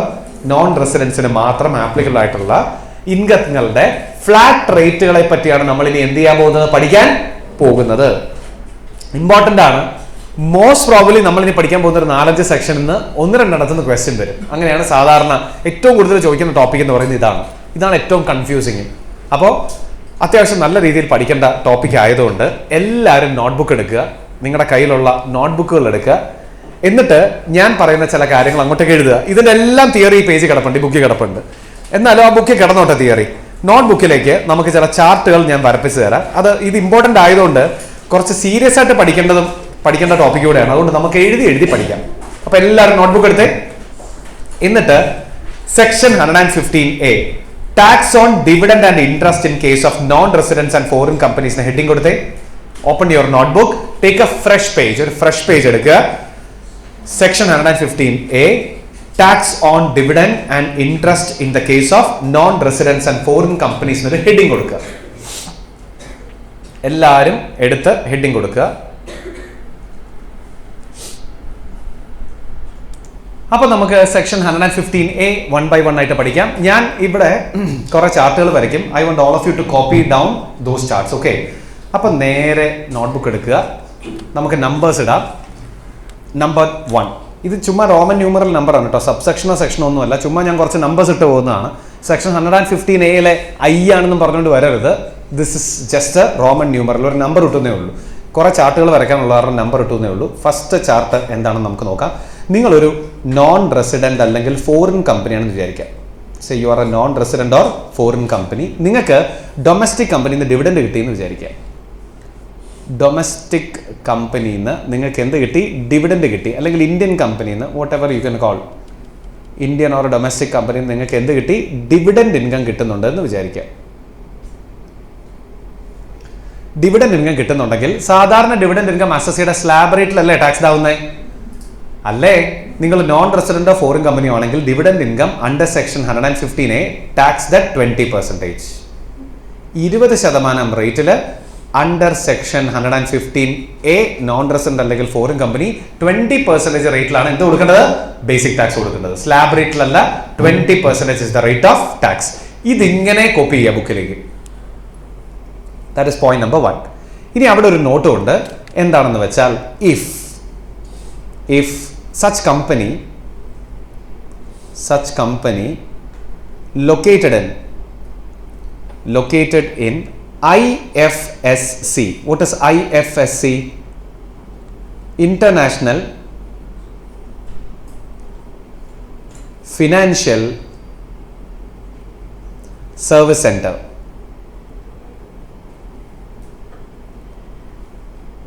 ഇന്റർനാഷണൽ ഫിനാൻഷ്യൽ സർവീസ് സെന്റർ നമ്മൾ പറയും. അതായത് ഫോറിൻ ഇൻവെസ്റ്റ്മെന്റ് കുറച്ചുകൂടെ ബെറ്റർ ആയിട്ട് വരാനും ഇന്ത്യൻ കമ്പനികൾക്ക് ഫോറിൻ ഇൻവെസ്റ്റ്മെന്റ്സ് ബെറ്റർ ആയിട്ട് കിട്ടാനും ഗവൺമെന്റ് ഓഫ് ഇന്ത്യ സെസ് ഉണ്ടാക്കിയതുപോലെ IFSC എന്ന് പറഞ്ഞൊരു ഏരിയ നോട്ടിഫൈ ചെയ്തിട്ടുണ്ട്. Currently IFSC in India is in Gujarat. ഗുജറാത്തിലെ ഗിഫ്റ്റ് സിറ്റി എന്ന് നമ്മൾ പറയും. Gujarat international financial tech city. ഗുജറാത്തിലാണ് ഇപ്പോൾ കറന്റ്ലി നമുക്ക് IFSC ഉള്ളത്. ഈ ഇന്ത്യൻ കമ്പനി IFSCയിൽ ഇരിക്കുന്ന ഒരു ഇന്ത്യൻ കമ്പനിയാണ് എന്നുണ്ടെങ്കിൽ, അവിടുന്നാണ് ഈ നോൺ റെസിഡന്റ് അല്ലെങ്കിൽ ഫോറിൻ കമ്പനിക്ക് ഡിവിഡൻഡ് കിട്ടിയത് എന്നുണ്ടെങ്കിൽ, അത് IFSCയിൽ ലൊക്കേറ്റ് ചെയ്തിട്ടുള്ള ഒരു കമ്പനിയിൽ നിന്നാണ് 11 ഡിവിഡൻഡ് കിട്ടിയിട്ടുണ്ടെന്നുണ്ടെങ്കിൽ, it will be taxed at 10%. Under section 115A 115A പ്രകാരം 10% റേറ്റിലാണ് അതിന് എന്ത് കൊടുക്കേണ്ടത്? ടാക്സ് കൊടുക്കേണ്ടത്. അപ്പോൾ സാധാരണ ഒരു ഇന്ത്യൻ കമ്പനിയിൽ നിന്നാണ് ഡിവിഡൻഡ് കിട്ടുന്നതെങ്കിൽ 20%, IFSCയിൽ ഇരിക്കുന്ന ഒരു ഇന്ത്യൻ കമ്പനിയിൽ നിന്നാണ് ഡിവിഡൻഡ് കിട്ടുന്നതെങ്കിൽ 10%-നുമാണ് അവൻ 115A പ്രകാരം എന്ത് കൊടുക്കേണ്ടത്? ടാക്സ് കൊടുക്കേണ്ടത്. രണ്ടും ക്ലിയർ അല്ലേ? അപ്പൊ നമുക്ക് മുന്നോട്ടേക്ക് പോവാം. പോയിന്റ് നമ്പർ 2 അല്ലെങ്കിൽ ചാർട്ട് നമ്പർ 2, രണ്ടാമത്തെ ചാർട്ട് നമുക്ക് എന്താണെന്ന് നോക്കാം. ശ്രദ്ധിച്ചേ, വീണ്ടും നിങ്ങളൊരു നോൺ റെസിഡന്റ് അല്ലെങ്കിൽ ഫോറിൻ കമ്പനിയാണെന്ന് വിചാരിക്കുക. നിങ്ങൾ എന്ത് ചെയ്തിട്ടുണ്ട്? You have received interest. നിങ്ങൾ ഫോറിൻ കറൻസി ലോൺ കൊടുത്തിട്ടുണ്ടെന്ന് വിചാരിക്കുക. ഫോറിൻ കറൻസി ലോൺ കൊടുത്തിട്ടുണ്ട്. ആർക്ക് കൊടുത്തിട്ടുണ്ട്? Any Indian concern, either government of India അല്ലെങ്കിൽ any Indian concern. Government of ഇന്ത്യക്കോ ഇന്ത്യൻ കൺസേണിനോ നിങ്ങൾ എന്ത് കൊടുത്തിട്ടുണ്ട്? ഫോറിൻ കറൻസി ലോൺ കൊടുത്തിട്ടുണ്ട് എന്ന് വിചാരിക്കുക. അപ്പൊ ഇവർ നിങ്ങൾക്ക് എന്ത് തരും? എന്തായിരിക്കും തരിക? ഇൻട്രസ്റ്റ്. ആ interest is taxed at again 20% rate of tax under section 115A. അപ്പോൾ ഒരു നോൺ റെസിഡന്റ് അല്ലെങ്കിൽ ഫോറിൻ കമ്പനി ആയിട്ടുള്ള നിങ്ങൾ ഗവൺമെന്റ് ഓഫ് ഇന്ത്യക്കോ അല്ലെങ്കിൽ ഒരു ഇന്ത്യൻ കൺസേണിനോ ഫോറിൻ കറൻസിയിൽ ലോൺ കൊടുത്തിട്ടുണ്ടെങ്കിൽ അതിനവർ ഇൻട്രസ്റ്റ് തരുമ്പോൾ ആ ഇൻട്രസ്റ്റ് നിങ്ങളുടെ കയ്യിൽ 20% റേറ്റിലായിരിക്കും എന്താവുന്നത്? ടാക്സ്ഡ് ആവുന്നത്. സ്ലാബ് റേറ്റിൽ അല്ല. മൂന്നാമത്തെ ചാർട്ട് നമുക്ക് എന്താണെന്ന് നോക്കാം. മൂന്നാമത്തെ ചാർട്ടായിട്ട് നമുക്ക് എഴുതാം. നിങ്ങൾ വീണ്ടും നോൺ റെസിഡന്റ് അല്ലെങ്കിൽ ഫോറിൻ കമ്പനിയാണെന്ന് വിചാരിക്കുക. Say you are a non resident or a foreign company. നിങ്ങൾ you have invested in infrastructure debt fund. Infrastructure debt fund. നിങ്ങൾ ഇൻഫ്രാ ഡെറ്റ് ഫണ്ടിൽ ഇൻവെസ്റ്റ് ചെയ്തിട്ടുണ്ടെന്ന് വിചാരിക്കുക. You have invested in infrastructure debt fund. എന്ത് infrastructure debt fund എന്ന് വെച്ചാൽ what will be infrastructure debt fund? നമ്മുടെ ഇന്ത്യയിൽ ഇൻഫ്രാസ്ട്രക്ചേഴ്സ് പണിയാനായിട്ടുള്ള ഒരു ഫണ്ടാണത്. അതിലേക്ക് നമ്മൾ ലോൺ പോലെ ഇവർക്ക് എന്ത് ചെയ്യാം, പ്രൊവൈഡ് ചെയ്യാം. ഇപ്പൊ കൊച്ചിൻ മെട്രോ പണിയാനായിട്ട് നമ്മൾ ജാപ്പനീസ് ഫണ്ടുകൾ എടുത്തിട്ടാണ് നമ്മൾ കൊച്ചിൻ മെട്രോ പണിതത്. ശ്രദ്ധിക്കുന്നുണ്ടോ? അപ്പൊ നമ്മൾ ഈ ഇൻഫ്രാ ഡെറ്റ് ഫണ്ടുകളിലേക്ക് നോൺ റെസിഡന്റ് അല്ലെങ്കിൽ ഫോറിൻ കമ്പനിക്ക് എന്ത് ചെയ്യാം, ഇൻവെസ്റ്റ് ചെയ്യാം. ജസ്റ്റ് ലൈക്ക് ഡിബഞ്ചർ പോലെ ഇൻഫ്രാ ഡെറ്റ് ഫണ്ടിലേക്ക് ഇൻവെസ്റ്റ് ചെയ്യാം. അവിടുന്ന് നിങ്ങൾക്ക് എന്ത് കിട്ടും? ഇൻട്രസ്റ്റ് കിട്ടും. ഇവന്മാർക്ക് ഇൻട്രസ്റ്റ് കിട്ടുന്നുണ്ടെങ്കിൽ interest will be subjected to tax only at 5%. വെറും 5% റേറ്റിൽ ഇൻട്രസ്റ്റ് കിട്ടുമെന്നല്ല, 5% ഇൻട്രസ്റ്റ് എത്ര കിട്ടുമോ, ഏത് റേറ്റിൽ കിട്ടുമോ, what ever the interest income, 5% മാത്രം നിങ്ങൾ എന്തായിട്ട് തന്നാൽ മതി, ഞങ്ങൾക്ക് ടാക്സ് ആയിട്ട് തന്നാൽ മതി. Subjected to surcharge and cess. ഇതെല്ലാം subjected to surcharge and cess ആണ് കേട്ടോ. ഞാൻ എടുത്ത് പറയുന്നില്ലെന്നേ ഉള്ളൂ. Everything subjected to surcharge and cess. അപ്പോൾ നിങ്ങളൊരു നോൺ റെസിഡന്റ് അല്ലെങ്കിൽ ഫോറിൻ കമ്പനിയാണ്, നിങ്ങൾ ഇൻഫ്രാസ്ട്രക്ചർ ഡെറ്റ് ഫണ്ടിൽ ഇൻവെസ്റ്റ് ചെയ്തിട്ടുണ്ട് എന്നുണ്ടെങ്കിൽ ആ ഇൻഫ്രാസ്ട്രക്ചർ ഡെറ്റ് ഫണ്ടിൽ ഇൻവെസ്റ്റ്മെന്റിൽ നിങ്ങൾക്ക് ഇൻട്രസ്റ്റ് ഇൻകം കിട്ടുന്നുണ്ട് എന്നുണ്ടെങ്കിൽ that interest income will be subjected to what rate friends? Under section 115A, it is subjected to 15% rate. Sorry, 5% rate of tax. 15 അല്ല, 5% rate of tax. Point number 4.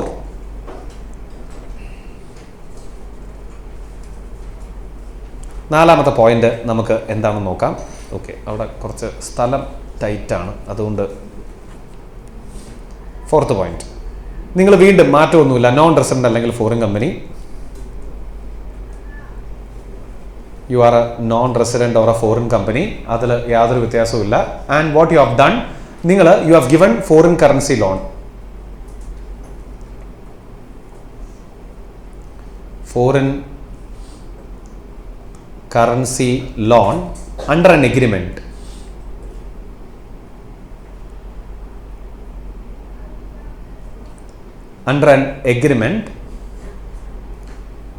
Under an agreement which is approved by central government,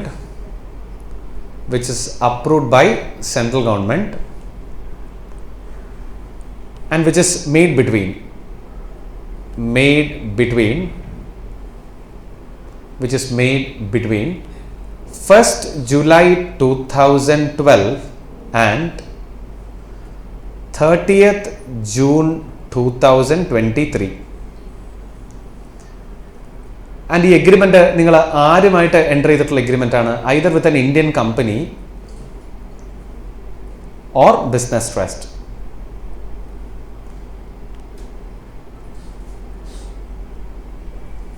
അപ്പൊ നിങ്ങളൊരു non resident അല്ലെങ്കിൽ foreign കമ്പനിയാണ്, നിങ്ങളൊരു Indian company അല്ലെങ്കിൽ business ട്രസ്റ്റുമായി എന്ത് enter ചെയ്തിട്ടുണ്ട്?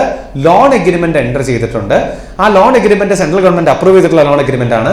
അത് ഏത് കാലഘട്ടത്തിലാണ് നിങ്ങൾ എൻ്റർ ചെയ്തത്? 2012നും 2023ലും ഇടയിലാണ് നിങ്ങൾ ആ ലോൺ എഗ്രിമെന്റ് സൈൻ ചെയ്തത് എന്നുണ്ടെങ്കിൽ ഡിപ്പാർട്ട്മെന്റ് പറയുന്നത് എങ്ങനെ? What is the rate of tax? ഇതിൽ ഈ ലോൺ അതിന് നിങ്ങൾക്ക് ഇൻട്രസ്റ്റ് കിട്ടും. And the interest is taxed at 5% under section 115A. ഈ ഇൻട്രസ്റ്റ് ഇൻകത്തിന് നിങ്ങൾ വെറും 5% റേറ്റിൽ മാത്രം എന്ത് കൊടുത്താൽ മതി? ഇൻകം ടാക്സ് കൊടുത്താൽ മതി എന്നാണ് ഡിപ്പാർട്ട്മെന്റ് പറയുന്നത്. So that is point number 4. അപ്പോൾ നിങ്ങളൊരു നോൺ റെസിഡന്റ് അല്ലെങ്കിൽ ഫോറിൻ കമ്പനിയാണ്, ഒരു ഇന്ത്യൻ കമ്പനി അല്ലെങ്കിൽ ബിസിനസ് ട്രസ്റ്റിന്റെ ലോൺ എഗ്രിമെന്റിന്റെ ബേസിസിൽ നിങ്ങൾ ഫോറിൻ കറൻസിയിൽ ലോൺ കൊടുത്തിട്ടുണ്ട്. ആ loan agreement central government approved ആയിരിക്കണം. ആ ലോൺ എഗ്രിമെന്റ് നിങ്ങൾ ഉണ്ടാക്കുന്നത് 2012നും 2023നും ഇടയിലായിരിക്കണം. അങ്ങനെയാണെങ്കിൽ അന്ന് എൻ്റർ ചെയ്തിട്ടുള്ള എഗ്രിമെന്റുകൾക്ക് ഇന്ന് ഇൻട്രസ്റ്റ് കിട്ടുന്നുണ്ടെങ്കിൽ ആ ഇൻട്രസ്റ്റിന് അവർ വെറും 5% റേറ്റിൽ എന്ത് കൊടുത്താൽ മതി? ഇൻകം ടാക്സ് കൊടുത്താൽ മതി. ഇന്ന് പോയി ഒരു എഗ്രിമെന്റ് എൻ്റർ ചെയ്താൽ ഈ ബെനിഫിറ്റ് കിട്ടുമോ? ഇല്ല. അന്ന് ആ കാലഘട്ടത്തിൽ അല്ലെങ്കിൽ ആ കാലത്തിനിടയിൽ, ആ ഡേറ്റിനിടയിൽ നിങ്ങൾ എൻ്റർ ചെയ്യുന്ന എഗ്രിമെന്റുകൾക്ക് മാത്രമാണ് എന്ത് കിട്ടുക? ഈ ഒരു ബെനിഫിറ്റ് കിട്ടുക എന്നുള്ളത് മനസ്സിലാക്കുക. Moving on to the next one, point number 5. അഞ്ചാമത്തെ പോയിന്റ് എന്താണ് എന്ന് നമുക്ക് നോക്കാം. സോ 5th പോയിന്റ് ആയിട്ട് വീണ്ടും non resident or foreign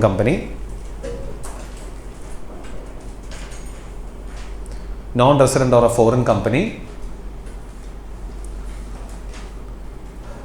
you have invested in long-term bonds.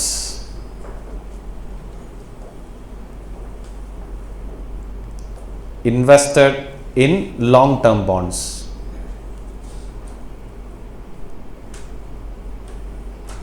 Long-term bonds, that too in foreign currency.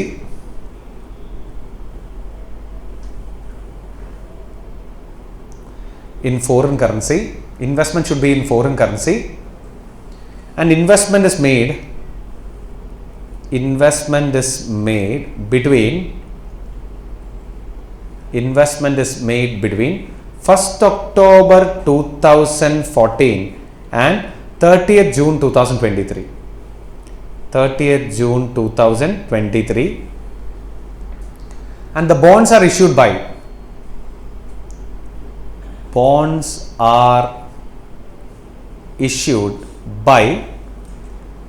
either an Indian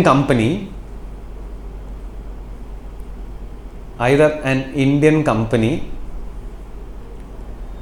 or a business trust.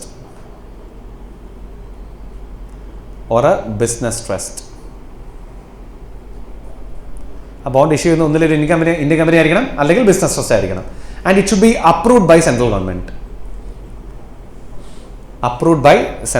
Central government approval കൊടുത്തിട്ടുള്ള ബോണ്ടുകളും ആയിരിക്കണം. അങ്ങനെ കാണുകയെന്നുണ്ടെങ്കിൽ ഈ ബോണ്ടിൽ നിന്നും നിങ്ങൾക്ക് എന്തിനും കിട്ടും? ഈ ബോണ്ടിൽ ഇൻവെസ്റ്റ് ചെയ്ത നോൺ റെസിഡന്റ് അല്ലെങ്കിൽ ഫോറിൻ കമ്പനിക്ക് എന്താണ് കിട്ടുക? Interest. Tax debt what rate? 5% under section 115A. 115A പ്രകാരം ഈ ഇൻട്രസ്റ്റ് ഇൻകങ്ങൾക്കും നിങ്ങൾ 5% റേറ്റിലാണ് എന്ത് കൊടുക്കേണ്ടത്? ഇൻകം ടാക്സ് കൊടുക്കേണ്ടത്.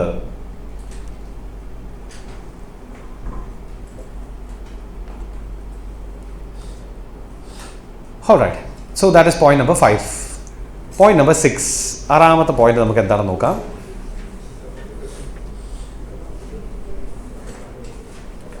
നിങ്ങൾ വീണ്ടും ഒരു നോൺ റെസിഡന്റ് അല്ലെങ്കിൽ ഈ ആറാമത്തെ പോയിന്റ് എഴുതുമ്പോഴേ ഒരു ചെറിയ കാര്യം ചെയ്യണേ.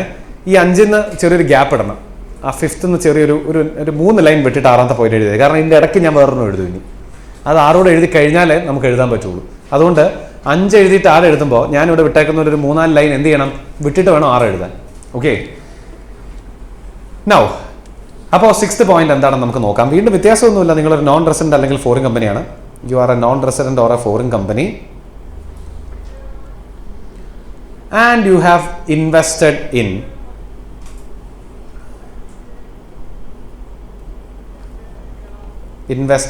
rupee denominated bond. Rupee denominated bonds issued by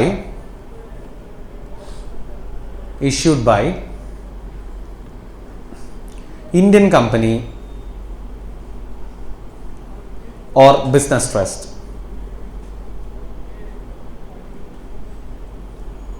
Either Indian company or business trust. അപ്പോൾ നിങ്ങൾ റുപ്പി ഡിനോമിനേറ്റഡ് ബോണ്ടിൽ ഇൻവെസ്റ്റ് ചെയ്തിട്ടുണ്ട്. ഇന്ത്യൻ കമ്പനിയുടെ അല്ലെങ്കിൽ ബിസിനസ് ട്രസ്റ്റ് ഇഷ്യൂ ചെയ്തിട്ടുള്ള റുപ്പി ഡിനോമിനേറ്റഡ് ബോണ്ടിൽ നിങ്ങൾ ഇൻവെസ്റ്റ് ചെയ്തിട്ടുണ്ട് എന്നുണ്ടെങ്കിൽ ഒരു കാര്യം കൂടെ ഉണ്ട്. ഇൻവെസ്റ്റ്മെന്റ് ഷുഡ് ബി മെയ്ഡ്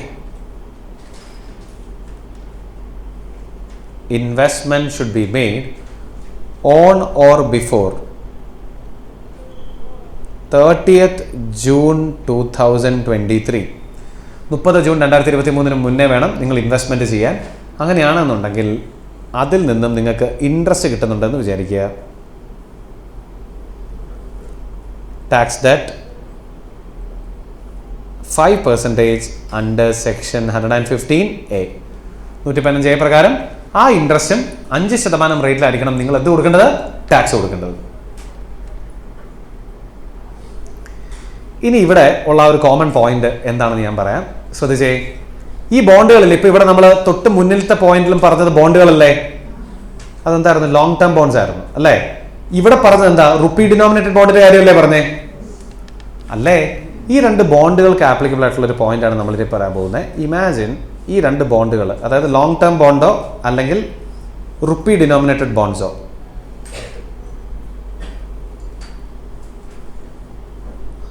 ഈ 2 ബോണ്ടുകൾ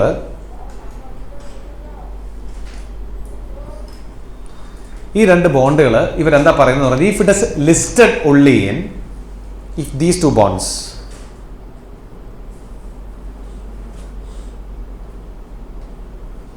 ഇവിടെ നമുക്ക് എഴുതാം if these bonds are listed in a recognized stock exchange, in a recognized stock exchange located in IFSC, located in IFSC, located in IFSC, then interest income shall be, then interest income shall be taxed at, interest income shall be taxed at 9%, 9%, 9%, provided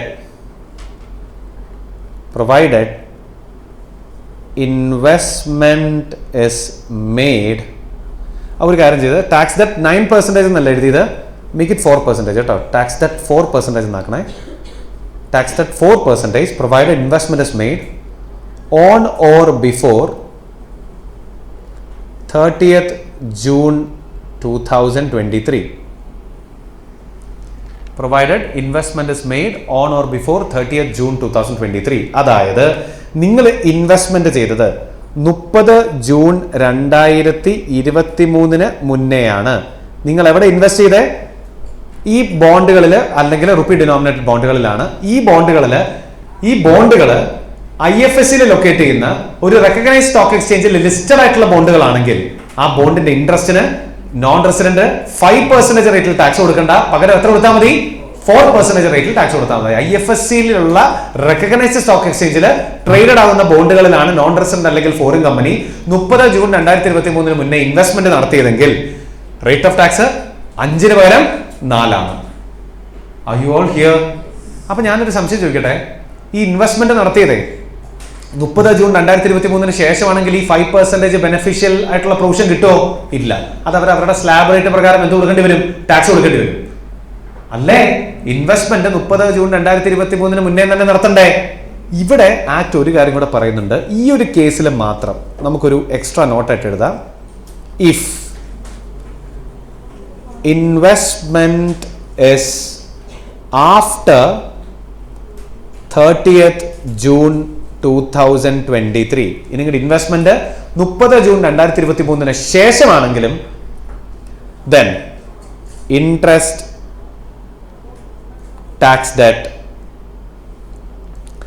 9%. ഈ ഇൻട്രസ്റ്റുകൾക്ക് അവർ beneficial provisions പിന്നെയും continue ചെയ്യുന്നുണ്ട്, പക്ഷെ അത് 5 ആയിരിക്കില്ല, 9% ആയിരിക്കും.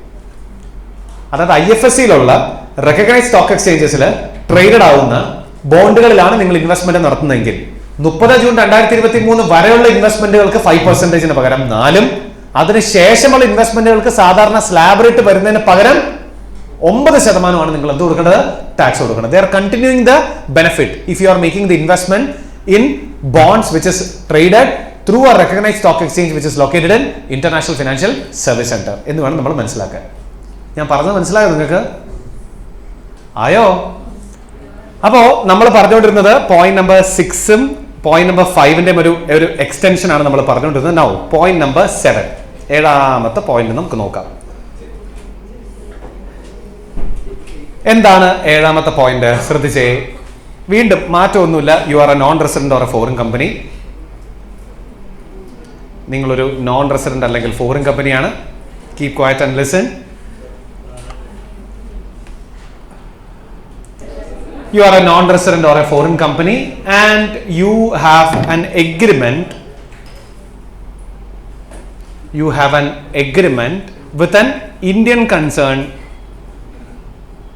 with നമുക്ക് പറയാം either government of India or Indian concern. നിങ്ങൾക്ക് ഗവൺമെന്റ് ഓഫ് ഇന്ത്യ അല്ലെങ്കിൽ ഇന്ത്യൻ കൺസേണുമായി യു ഹാവ് ആൻ എഗ്രിമെന്റ്. ഈ എഗ്രിമെന്റിന്റെ ബേസിസിൽ you are receiving either royalty or FTS. Royalty അല്ലെങ്കിൽ FTS നിങ്ങൾക്ക് കിട്ടുന്നുണ്ട് എന്നുണ്ടെങ്കിൽ നിങ്ങൾ പറ ഇതിന്റെ റേറ്റ് എത്രയാണ്? Tax at what rate? നമ്മൾ ഇതിന് മുന്നേ ഇത് 44 DA അടിയിൽ ഒന്ന് പറഞ്ഞതാണ്. If it is not taxed under 44 DA then it will be taxable under 115A. What is the rate? എത്ര rate? So the rate shall be 20%. So rate of tax shall be 20% under section 115A. നമ്മളിത് 44 DA എന്ന് പറഞ്ഞതാണ്. Royalty അല്ലെങ്കിൽ FTS നിങ്ങൾക്ക് എഗ്രിമെന്റിന്റെ ബേസിസിലാണ് കിട്ടുന്നതെന്നുണ്ടെങ്കിൽ അത് നിങ്ങൾ 115A പ്രകാരം 20% റേറ്റിൽ ടാക്സ് കൊടുക്കണം എന്ന് നമ്മൾ ഓൾറെഡി ഒന്ന് പറഞ്ഞല്ലേ. അവിടെ ഒരു കാര്യം കൂടെ നമുക്ക് എഴുതാനുണ്ട്. There should be an agreement between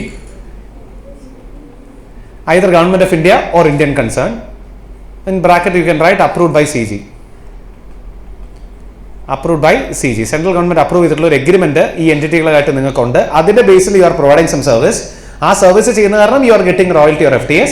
Then that royalty or FTS will be subjected to 20% rate of tax under section 115A. Point number 8. You are a non-resident or a foreign company. മാറ്റമൊന്നുമില്ല. Non-resident or a foreign company. You have invested in UTI or mutual funds. Invested in foreign currency. നിങ്ങൾ എന്തിൽ invest ചെയ്തേക്കുന്നത്? Units of UTI or mutual fund. UTI അല്ലെങ്കിൽ mutual ഫണ്ടിന്റെ യൂണിറ്റ്സിൽ നിങ്ങൾ എന്ത് ചെയ്തിട്ടുണ്ട്? Invest ചെയ്തിട്ടുണ്ട് എന്ന് വിചാരിക്കുക. Your investment is in foreign currency and now from that you are getting N income. ഇതിൽ നിന്ന് നിങ്ങൾക്ക് ഒരു ഇൻകം കിട്ടുന്നുണ്ട് എന്നുണ്ടെങ്കിൽ that is also taxed at 20% rate of tax under section 115A. ഇത് മുഴുവൻ 115A ആണ്.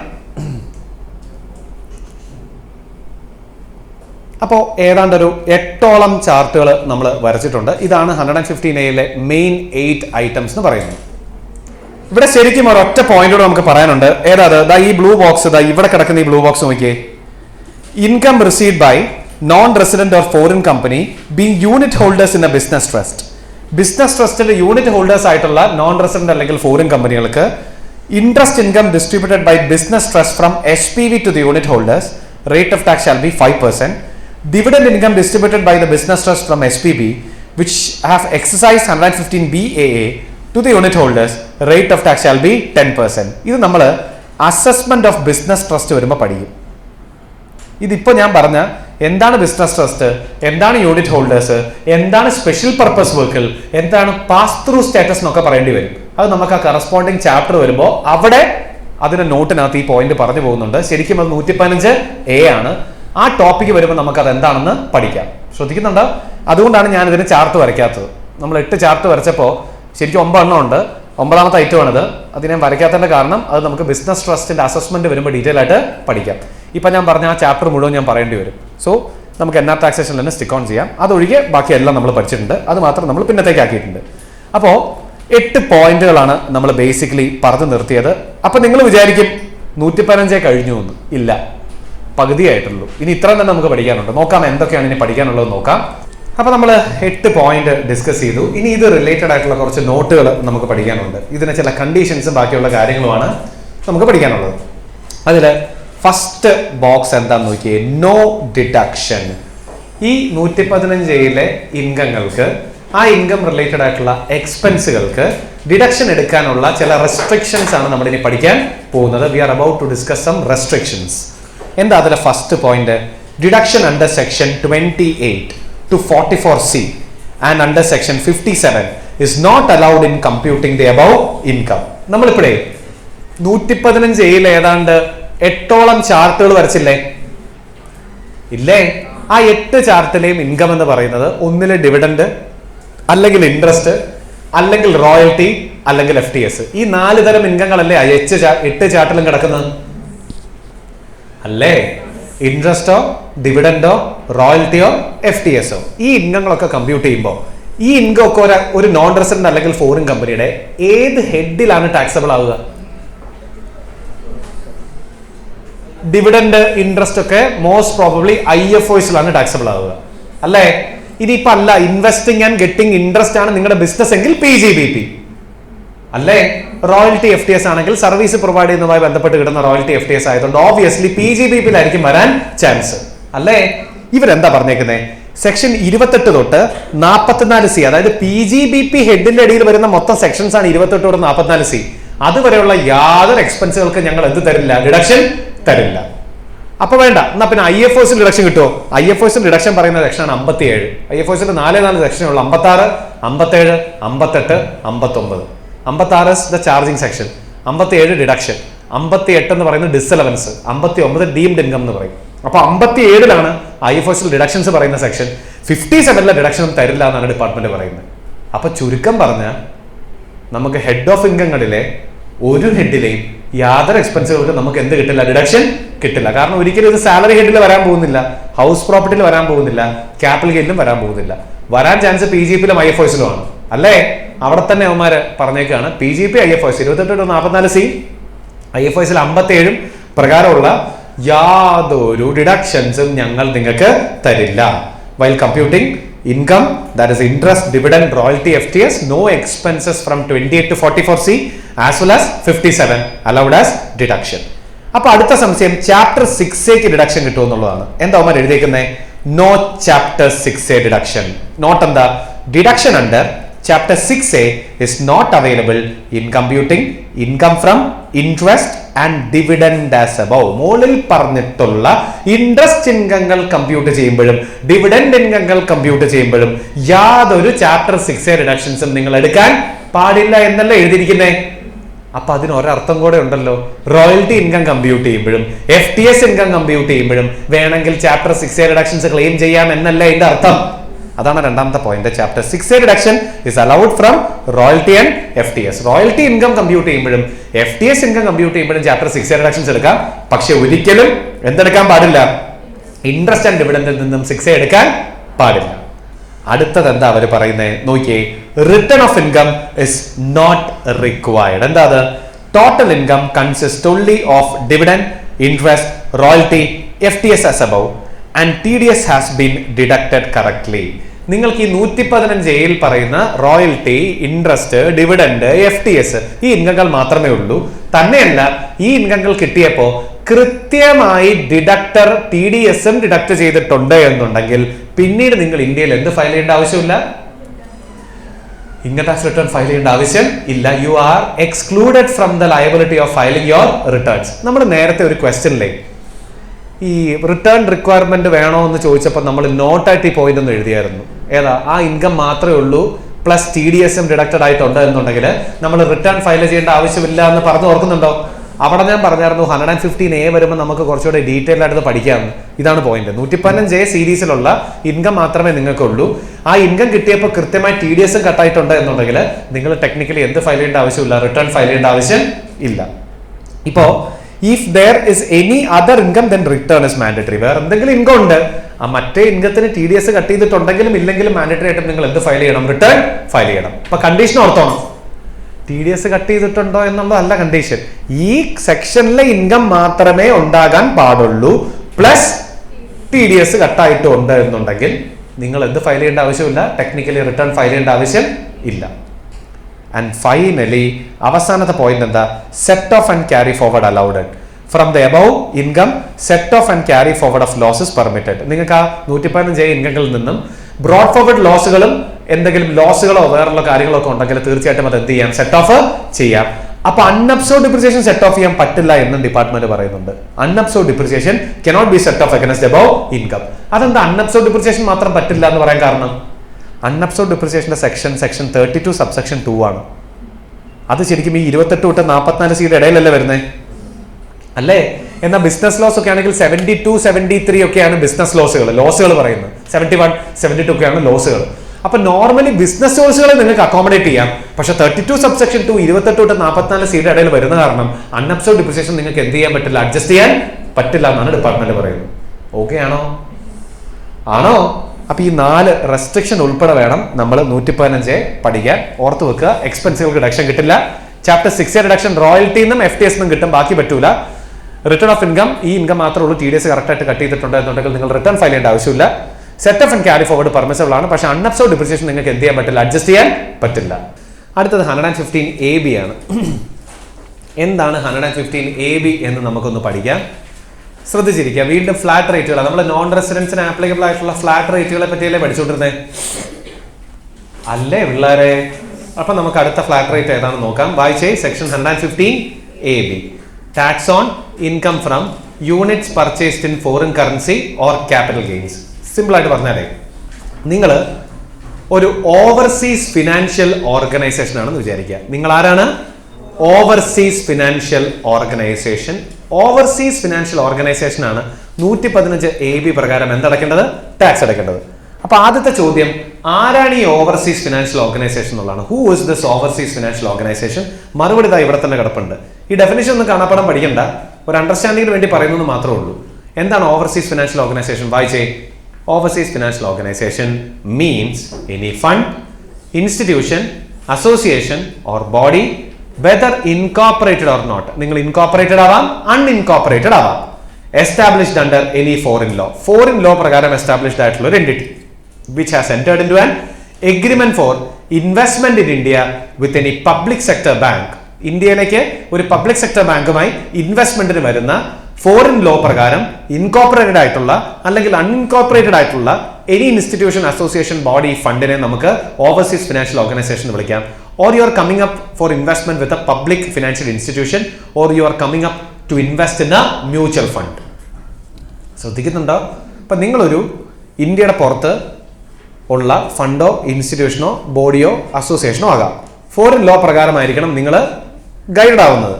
നിങ്ങൾ ഇന്ത്യയിലേക്ക് you have entered into an agreement with a public sector bank for investment or with a public financial institution for investment or a mutual fund for an investment. Such arrangement should be approved by SEBI. ഈ arrangement ആര് approve ചെയ്യണം? SEBI approve ചെയ്യണം. നമ്മുടെ securities exchange board of ഇന്ത്യയുടെ approval കൂടിയായിരിക്കണം നിങ്ങൾ ഇന്ത്യയിലേക്ക് വന്ന് invest ചെയ്യുന്നത്.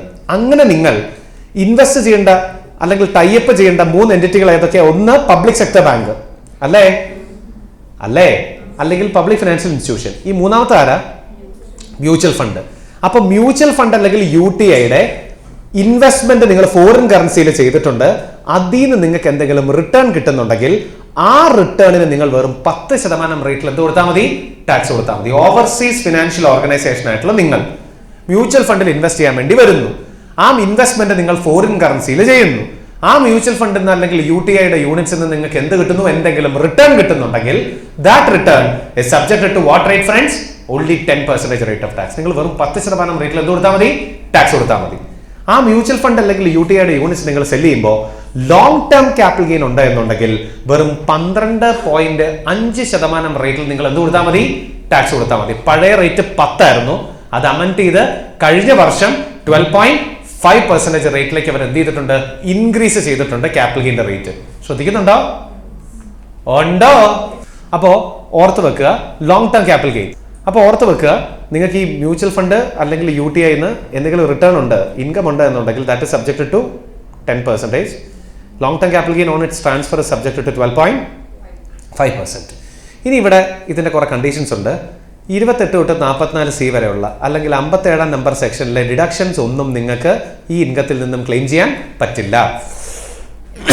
എന്നാൽ long term capital gain compute ചെയ്യുമ്പോൾ ഡയറക്റ്റ് എക്സ്പെൻസുകൾക്കും കോസ്റ്റ് ഓഫ് അക്വിസിഷനും നിങ്ങൾക്ക് എന്താണ് ക്ലെയിം ചെയ്യാം? ഡിഡക്ഷൻ ആയിട്ട് ക്ലെയിം ചെയ്യാം. From long term capital gain you can definitely claim direct expenses and cost of acquisition as a deduction. Now first proviso to section 48 ഏതാ? Conversion reconversion procedure ഇല്ലേ? Not applicable, not allowable, not applicable.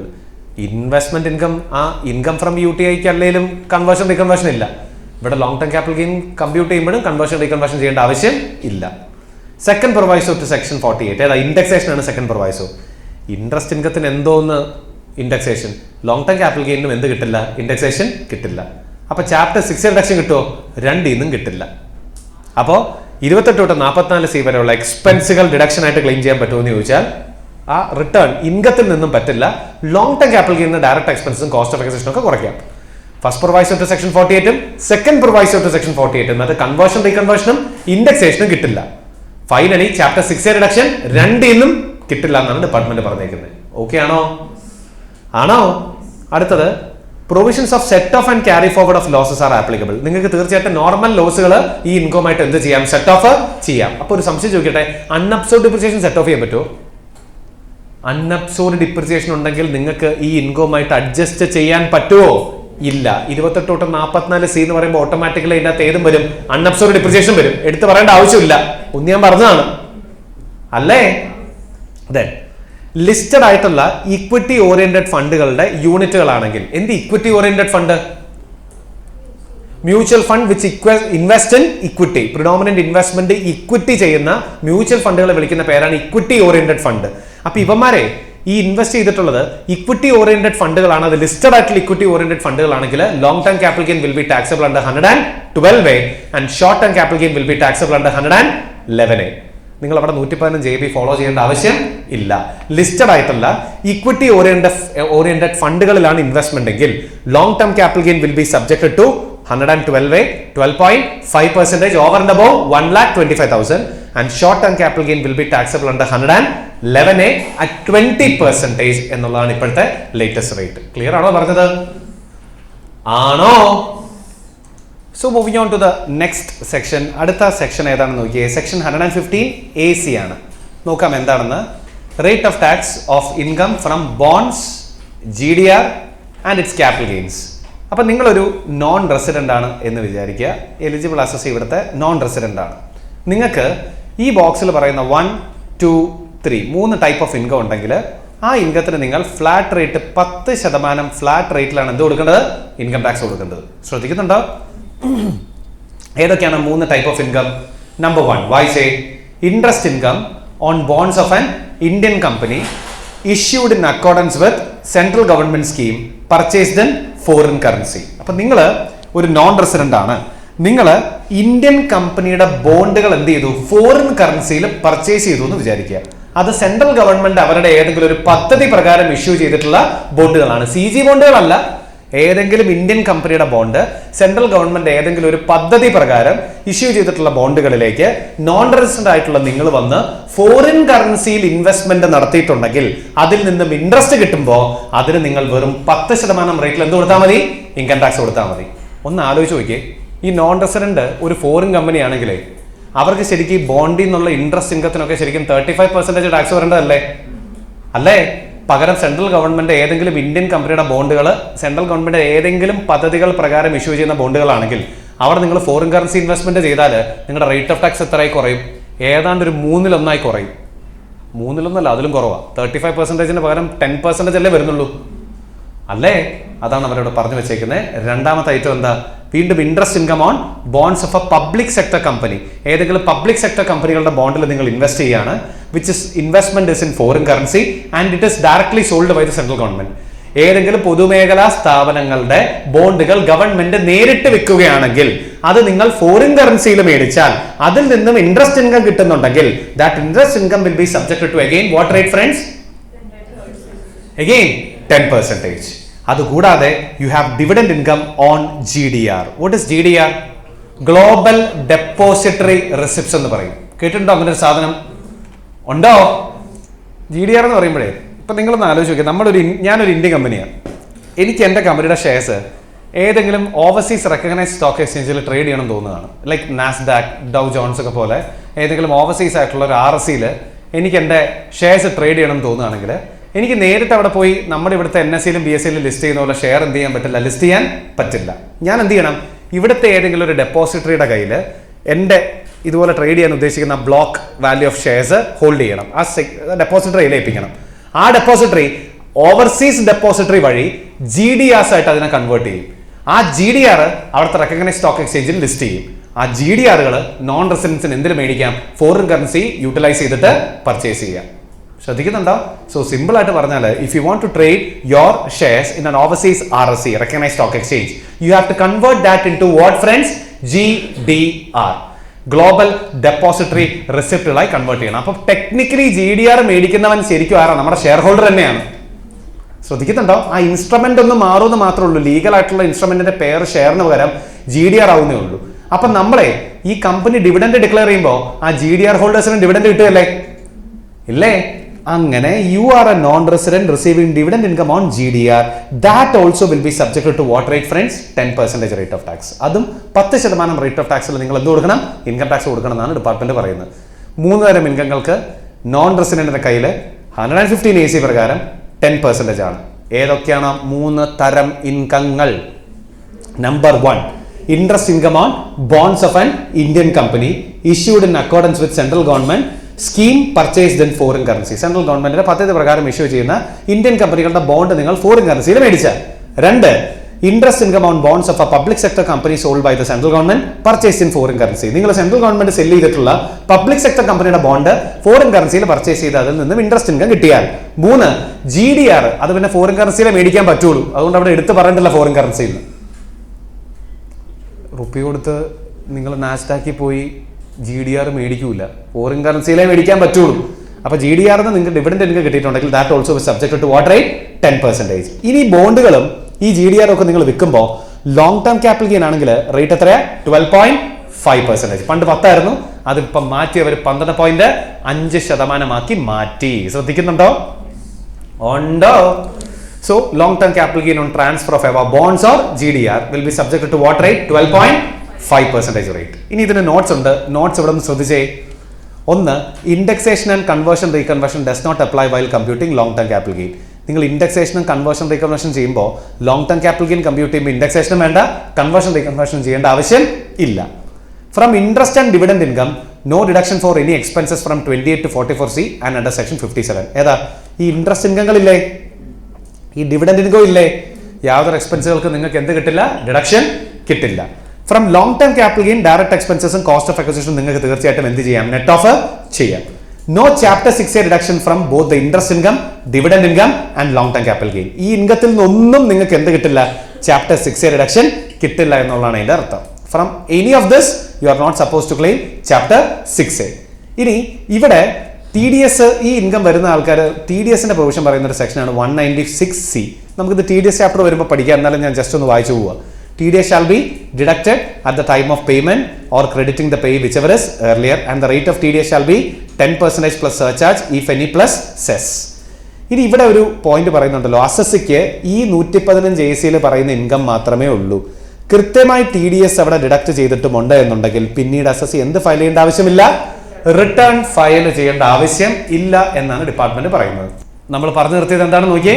If assessee has only dividend and interest income as above and TDS has been deducted, then no need to file return. അവന് മുകളിൽ പറഞ്ഞിട്ടുള്ള ഇൻട്രസ്റ്റും ഡിവിഡൻഡും മാത്രമേ ഉള്ളൂ, plus കൃത്യമായി tax അവിടെ കട്ടായിട്ടുണ്ട് എന്നുണ്ടെങ്കിൽ നിങ്ങൾ പിന്നീട് ഇന്ത്യയിൽ എന്ത് ഫയൽ ചെയ്യേണ്ട ആവശ്യമില്ല? റിട്ടേൺ ഫയൽ ചെയ്യേണ്ട ആവശ്യം ഇല്ല. ഇത്രയും പറഞ്ഞത് ക്ലിയർ അല്ലേ? അപ്പോ ടെക്നിക്കലി അടുത്ത പഠിക്കാനുള്ളത് സെക്ഷൻ 115 AD ആണ്. ഈ AD ശരിക്കും പറഞ്ഞാൽ കുറേ നാളുകളായിട്ട് എക്സാമിന് ചോദിക്കാത്തൊരു ടോപ്പിക്കായിരുന്നു. പക്ഷെ കഴിഞ്ഞ സെപ്റ്റംബർ 2025 CA ഫൈനലിന് AD എന്നൊരു ക്വസ്റ്റ്യൻ ഉണ്ടായിരുന്നു. നല്ല പ്രോപ്പർ ക്വസ്റ്റ്യൻ, നല്ല അടിപൊളി ഒരു ക്വസ്റ്റ്യൻ. നമ്മൾ ആ ക്വസ്റ്റ്യൻ അല്ല, അതിൻ്റെ ഒരു വെറൈറ്റി ഒരു ക്വസ്റ്റ്യൻ ഈ ടോപ്പിക്ക് കഴിഞ്ഞിട്ട് നമ്മൾ ക്ലാസ്സിലും ചെയ്യും. CMA ഫൈനലിൽ ഇതുവരെ AD ചോദിച്ചിട്ടില്ല. CA ഫൈനലിലും ഇങ്ങനെയായിരുന്നു. AD ആ സെപ്റ്റംബർ 25 മുമ്പ് ചോദിച്ചിട്ടേ ഉണ്ടായിരുന്നില്ല. ഓൾ ഓഫ് എ സഡൻ അവന്മാർ 7 മാർക്കാണോ 6 മാർക്കാണോ ഐ ഡോണ്ട് റിമെമ്പർ 6 മാർക്കിന് അവന്മാർ ചോദിച്ചു. നിങ്ങൾക്ക് കിട്ടാൻ ചാൻസ് ഉണ്ട്, കാരണം അത് അങ്ങനെയാണ്. ഇതിൻ്റെ അകത്ത് ഈസി ആയിട്ട് ക്വസ്റ്റ്യൻ ചോദിക്കാവുന്ന ഒരു ഏരിയ ആണ്. നമുക്ക് ക്വസ്റ്റ്യൻ ഉണ്ട്, എക്സാം ക്വസ്റ്റ്യൻ നിങ്ങൾക്ക് ചോദിച്ചിട്ടില്ലെങ്കിൽ we do have a question. നമ്മൾ സെലക്ടഡ് ആയിട്ടുള്ള നല്ലൊരു ക്വസ്റ്റ്യനും ഇത് കഴിയുമ്പോൾ നമുക്ക് ചെയ്യാം. ഈ AD കുറച്ച് കൊനിഷ്ടാണ്. അതുകൊണ്ടാണ് ഞാനിത് ഭയങ്കര ചോദിക്കാൻ ചാൻസ് ഉണ്ടെന്ന് ഞാൻ എപ്പോഴും എല്ലാ കുട്ടികളുടെ അടുത്തും പറയാറുണ്ടായിരുന്നു. AD ചോദിക്കാൻ ചാൻസ് ഉണ്ടെന്ന് പറയാറുണ്ടായിരുന്നു. ഇതപ്പം നിങ്ങളുടെ അടുത്തും പറയുന്നു. CMA ഫൈനൽ ചെയ്യുന്ന ആൾക്കാരുടെ അടുത്ത് പ്രത്യേകിച്ച് AD ചോദിക്കാൻ ചാൻസ് ഉണ്ട്. ഇതുവരെ ചോദിച്ചിട്ടില്ല, പക്ഷെ പഠിക്കേണ്ട സെക്ഷനാണ്. നോക്കാം എന്താണ് 115 AD എന്ന്. എന്താ അതിന്റെ ഹെഡിങ് എന്ന് വായിക്കാവോ? Special provision for computing tax on income of foreign institutional investors from securities or capital gain arising from the transfer. അപ്പോൾ ഈ 115 AD ശരിക്കും പറഞ്ഞാൽ 2 കാറ്റഗറി ഓഫ് ആൾക്കാർക്ക് ആപ്ലിക്കബിൾ ആവുന്ന സെക്ഷനാണ്. ആ 2 കാറ്റഗറി ആരൊക്കെയാണെന്ന് ചോദിച്ചാൽ, ഒന്ന് ഒരു ഫോറിൻ ഇൻസ്റ്റിറ്റ്യൂഷണൽ ഇൻവെസ്റ്റർ, 2 സ്പെസിഫൈഡ് ആയിട്ടുള്ള ചില ഫണ്ടുകൾ. ആദ്യം നമുക്ക് പറയാം എന്താണ് ഫോറിൻ ഇൻസ്റ്റിറ്റ്യൂഷണൽ ഇൻവെസ്റ്റർ. കേട്ടിട്ടുണ്ടോ? FII, ഫോറിൻ ഇൻസ്റ്റിറ്റ്യൂഷണൽ ഇൻവെസ്റ്റർ എന്ന് കേട്ടിട്ടുണ്ടോ? ഉണ്ടോ? അതായത് ഇപ്പൊ നമ്മൾ ഇൻസ്റ്റിറ്റ്യൂഷണൽ ഇൻവെസ്റ്റ്മെന്റ് എന്ന് പറയും. ഇപ്പൊ ഒരു എക്സാമ്പിൾ പറഞ്ഞ SBI, സ്റ്റേറ്റ് ബാങ്ക് ഓഫ് ഇന്ത്യയുടെ കയ്യിൽ ഒരുപാട് എക്സസ് ഫണ്ട് ഉണ്ടാവുമല്ലോ. അവരൊരു കമ്പനിയുടെ ഇക്വിറ്റി മേടിക്കുകയാണെങ്കിൽ നമ്മളെ സ്റ്റേറ്റ് ബാങ്കിന്റെ ഡൊമസ്റ്റിക് ഇൻസ്റ്റിറ്റ്യൂഷണൽ ഇൻവെസ്റ്റർ എന്ന് പറയാം. കാരണം they come as an institution to park their excess fund in equity or debt. അപ്പൊ എന്തായിരിക്കും ഫോറിൻ ഇൻസ്റ്റിറ്റ്യൂഷണൽ ഇൻവെസ്റ്റർ? ഇന്ത്യക്ക് പുറത്ത് അവരുടെ എക്സസ് ഫണ്ട് ഇന്ത്യയിലേക്ക് ഇൻവെസ്റ്റ് ചെയ്ത് അവർക്ക് ആ ക്യാപിറ്റൽ അപ്രീസിയേഷൻ ഉണ്ടാവാൻ, അതായത് ആ ഇൻവെസ്റ്റ്മെന്റ് പോർട്ട്ഫോളിയോ ഗ്രോ ചെയ്യാനായിട്ട് ഇന്ത്യയിലേക്ക് വരുന്ന ആൾക്കാരെ നമ്മൾ വിളിക്കുന്ന പേരാണെന്ത്? Foreign institutional investors. Foreign mutual fund, foreign bank, foreign എന്താണ് insurance company, etcetera etcetera are the examples for foreign institutional investors. So they will come to India, they will invest in India, they will make profits and they will take their funds back. ഇതാണ് ഇതിന്റെ ഒരു concept എന്ന് പറയുന്നത്. അപ്പോൾ ഈ foreign institutional ഇൻവെസ്റ്റേഴ്സിനും അതുപോലെ specified ഫണ്ടുകൾക്കും, ആർക്കാണ്? Specified ഫണ്ടുകൾക്കും applicable ആവുന്ന ഒരു സ്പെഷ്യൽ പ്രൊവിഷനാണ് 115 AD. ആരാണ് സ്പെസിഫൈഡ് ഫണ്ട് എന്നുള്ളത് നമുക്കൊന്ന് പഠിക്കണം. സോ പേജ് ഒന്ന് മറിച്ച് ഒന്ന് പുറകോട്ടേക്ക് പോയാൽ let see who specified fund. നമ്മൾ ആ തുടക്കം ആ NR ടാക്സേഷനിലെ എക്സംഷൻസ് എടുത്താൽ ഇങ്ങനെ ഒരു സെക്ഷൻ ഉണ്ട്. സെക്ഷൻ 10(4)D എന്ന് പറയുന്നൊരു സെക്ഷൻ ഉണ്ട്. Section 10(4)D. ആ സെക്ഷൻ 10(4)Dയിലാണ് സ്പെസിഫൈഡ് ഫണ്ട് ആരാണ് എന്ന് ഡിപ്പാർട്ട്മെന്റ് പറയുന്നത്. So let's understand who is specified fund. അപ്പൊ ഇവിടെ ഒന്ന് ശ്രദ്ധിക്കുക. Let's understand who is specified fund. രണ്ട് തരം ആൾക്കാരെയാണ് ഇൻകം ടാക്സ് ഡിപ്പാർട്ട്മെന്റ് എന്തായിട്ട് കാണുന്നത്? സ്പെസിഫൈഡ് ഫണ്ട് ആയിട്ട് കാണുന്നത്. ശ്രദ്ധിക്കുന്നുണ്ടോ എല്ലാവരും? ശ്രദ്ധിക്കുന്നുണ്ടോ? രണ്ട് തരം ആൾക്കാരെയാണ് ഡിപ്പാർട്ട്മെന്റ് സ്പെസിഫൈഡ് ഫണ്ടുകളായിട്ട് കാണുന്നത്. ആരൊക്കെയാണ് എന്ന് നമുക്ക് നോക്കാം. സോ ഇവിടെ ശ്രദ്ധിക്കുക. നമ്പർ 1 ആരാണത്? എ കമ്പനി ആവാം, LLP ആകാം, ട്രസ്റ്റ് ആകാം, ബോഡി കോർപ്പറേറ്റ് ആവാം, ഇൻകോർപ്പറേറ്റഡ് ഇൻ ഇന്ത്യ. നിങ്ങളൊരു കമ്പനി ആകാം, LLP ആകാം, ട്രസ്റ്റ് ആകാം, or any body corporate incorporated in India. ഇന്ത്യയിൽ ഇൻകോർപ്പറേറ്റ് ചെയ്യണം. Plus having an AIF category 3 certificate from SEBI. എന്താണ് ഈ AIF?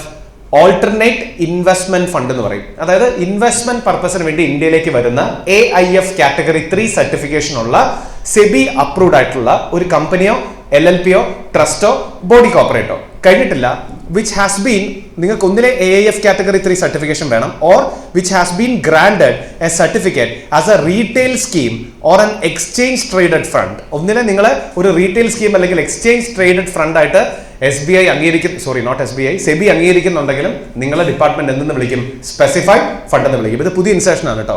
നേരത്തെ AIF കാറ്റഗറി 3 സർട്ടിഫിക്കറ്റ് തന്നെ വേണമെന്നായിരുന്നു. ഇപ്പോൾ which has been granted a certificate as a retail scheme or exchange traded fund ആയാലും മതി. Plus you have to be located in IFSC. എന്താ IFSC? International financial service സെന്ററിൽ തന്നെ നിങ്ങൾ എന്ത് ചെയ്യണം? ലൊക്കേറ്റ് ചെയ്യണം. Plus all unit holders are non-resident except sponsors. Sponsors ഒഴികെ ബാക്കി എല്ലാ യൂണിറ്റ് ഹോൾഡേഴ്സും ആരായിരിക്കണം? നോൺ റെസിഡൻസും ആയിരിക്കണം. എന്താ സ്പോൺസേഴ്സ്? അത് പ്രൊമോട്ടേഴ്സ് ഒഴികെ ബാക്കിയുള്ള എല്ലാ യൂണിറ്റ് ഹോൾഡേഴ്സും ആരായിരിക്കണം? നോൺ റെസിഡൻസ് ആയിരിക്കണം. അപ്പോൾ ഫസ്റ്റ് സ്പെസിഫൈഡ് ഫണ്ട് ആരാണെന്ന് ചോദിച്ചാൽ സിമ്പിൾ ആണ്. ഇത് കാണാൻ പഠിക്കൊന്നും വേണ്ട കേട്ടോ. ജസ്റ്റ് ഒരു അണ്ടർസ്റ്റാൻഡിങ്ങിന് വേണ്ടി പറയുന്നേ ഉള്ളൂ. Who all are specified fund എന്നൊന്നും എക്സാമിന് ചോദിക്കാൻ പോകുന്നില്ല. ബട്ട് സ്റ്റിൽ സ്പെസിഫൈഡ് ഫണ്ട് ആരാണെന്നൊന്ന് അറിഞ്ഞിരിക്കാൻ വേണ്ടി പറയുന്നേ ഉള്ളൂ. ആരൊക്കെയാണ് സ്പെസിഫൈഡ് ഫണ്ട്സ്? കമ്പനി ആകാം, LLP ആകാം, ട്രസ്റ്റ് ആകാം, ബോഡി കോർപ്പറേറ്റഡ് ആകാം.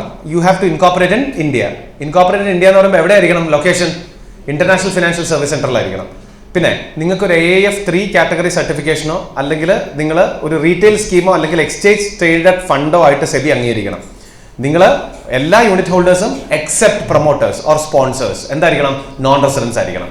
അങ്ങനെയാണ് എന്നുണ്ടെങ്കിൽ നിങ്ങളൊരു സ്പെസിഫൈഡ് ഫണ്ടാണ്. ഇനി ഇവർ മാത്രമേ സ്പെസിഫൈഡ് ഫണ്ട് ആവുള്ളൂ? അല്ല. രണ്ടാമത് ഒരു കാറ്റഗറിയുടെ അവർ പറയുന്നുണ്ട്. ആരാ രണ്ടാമത്തെ കാറ്റഗറി?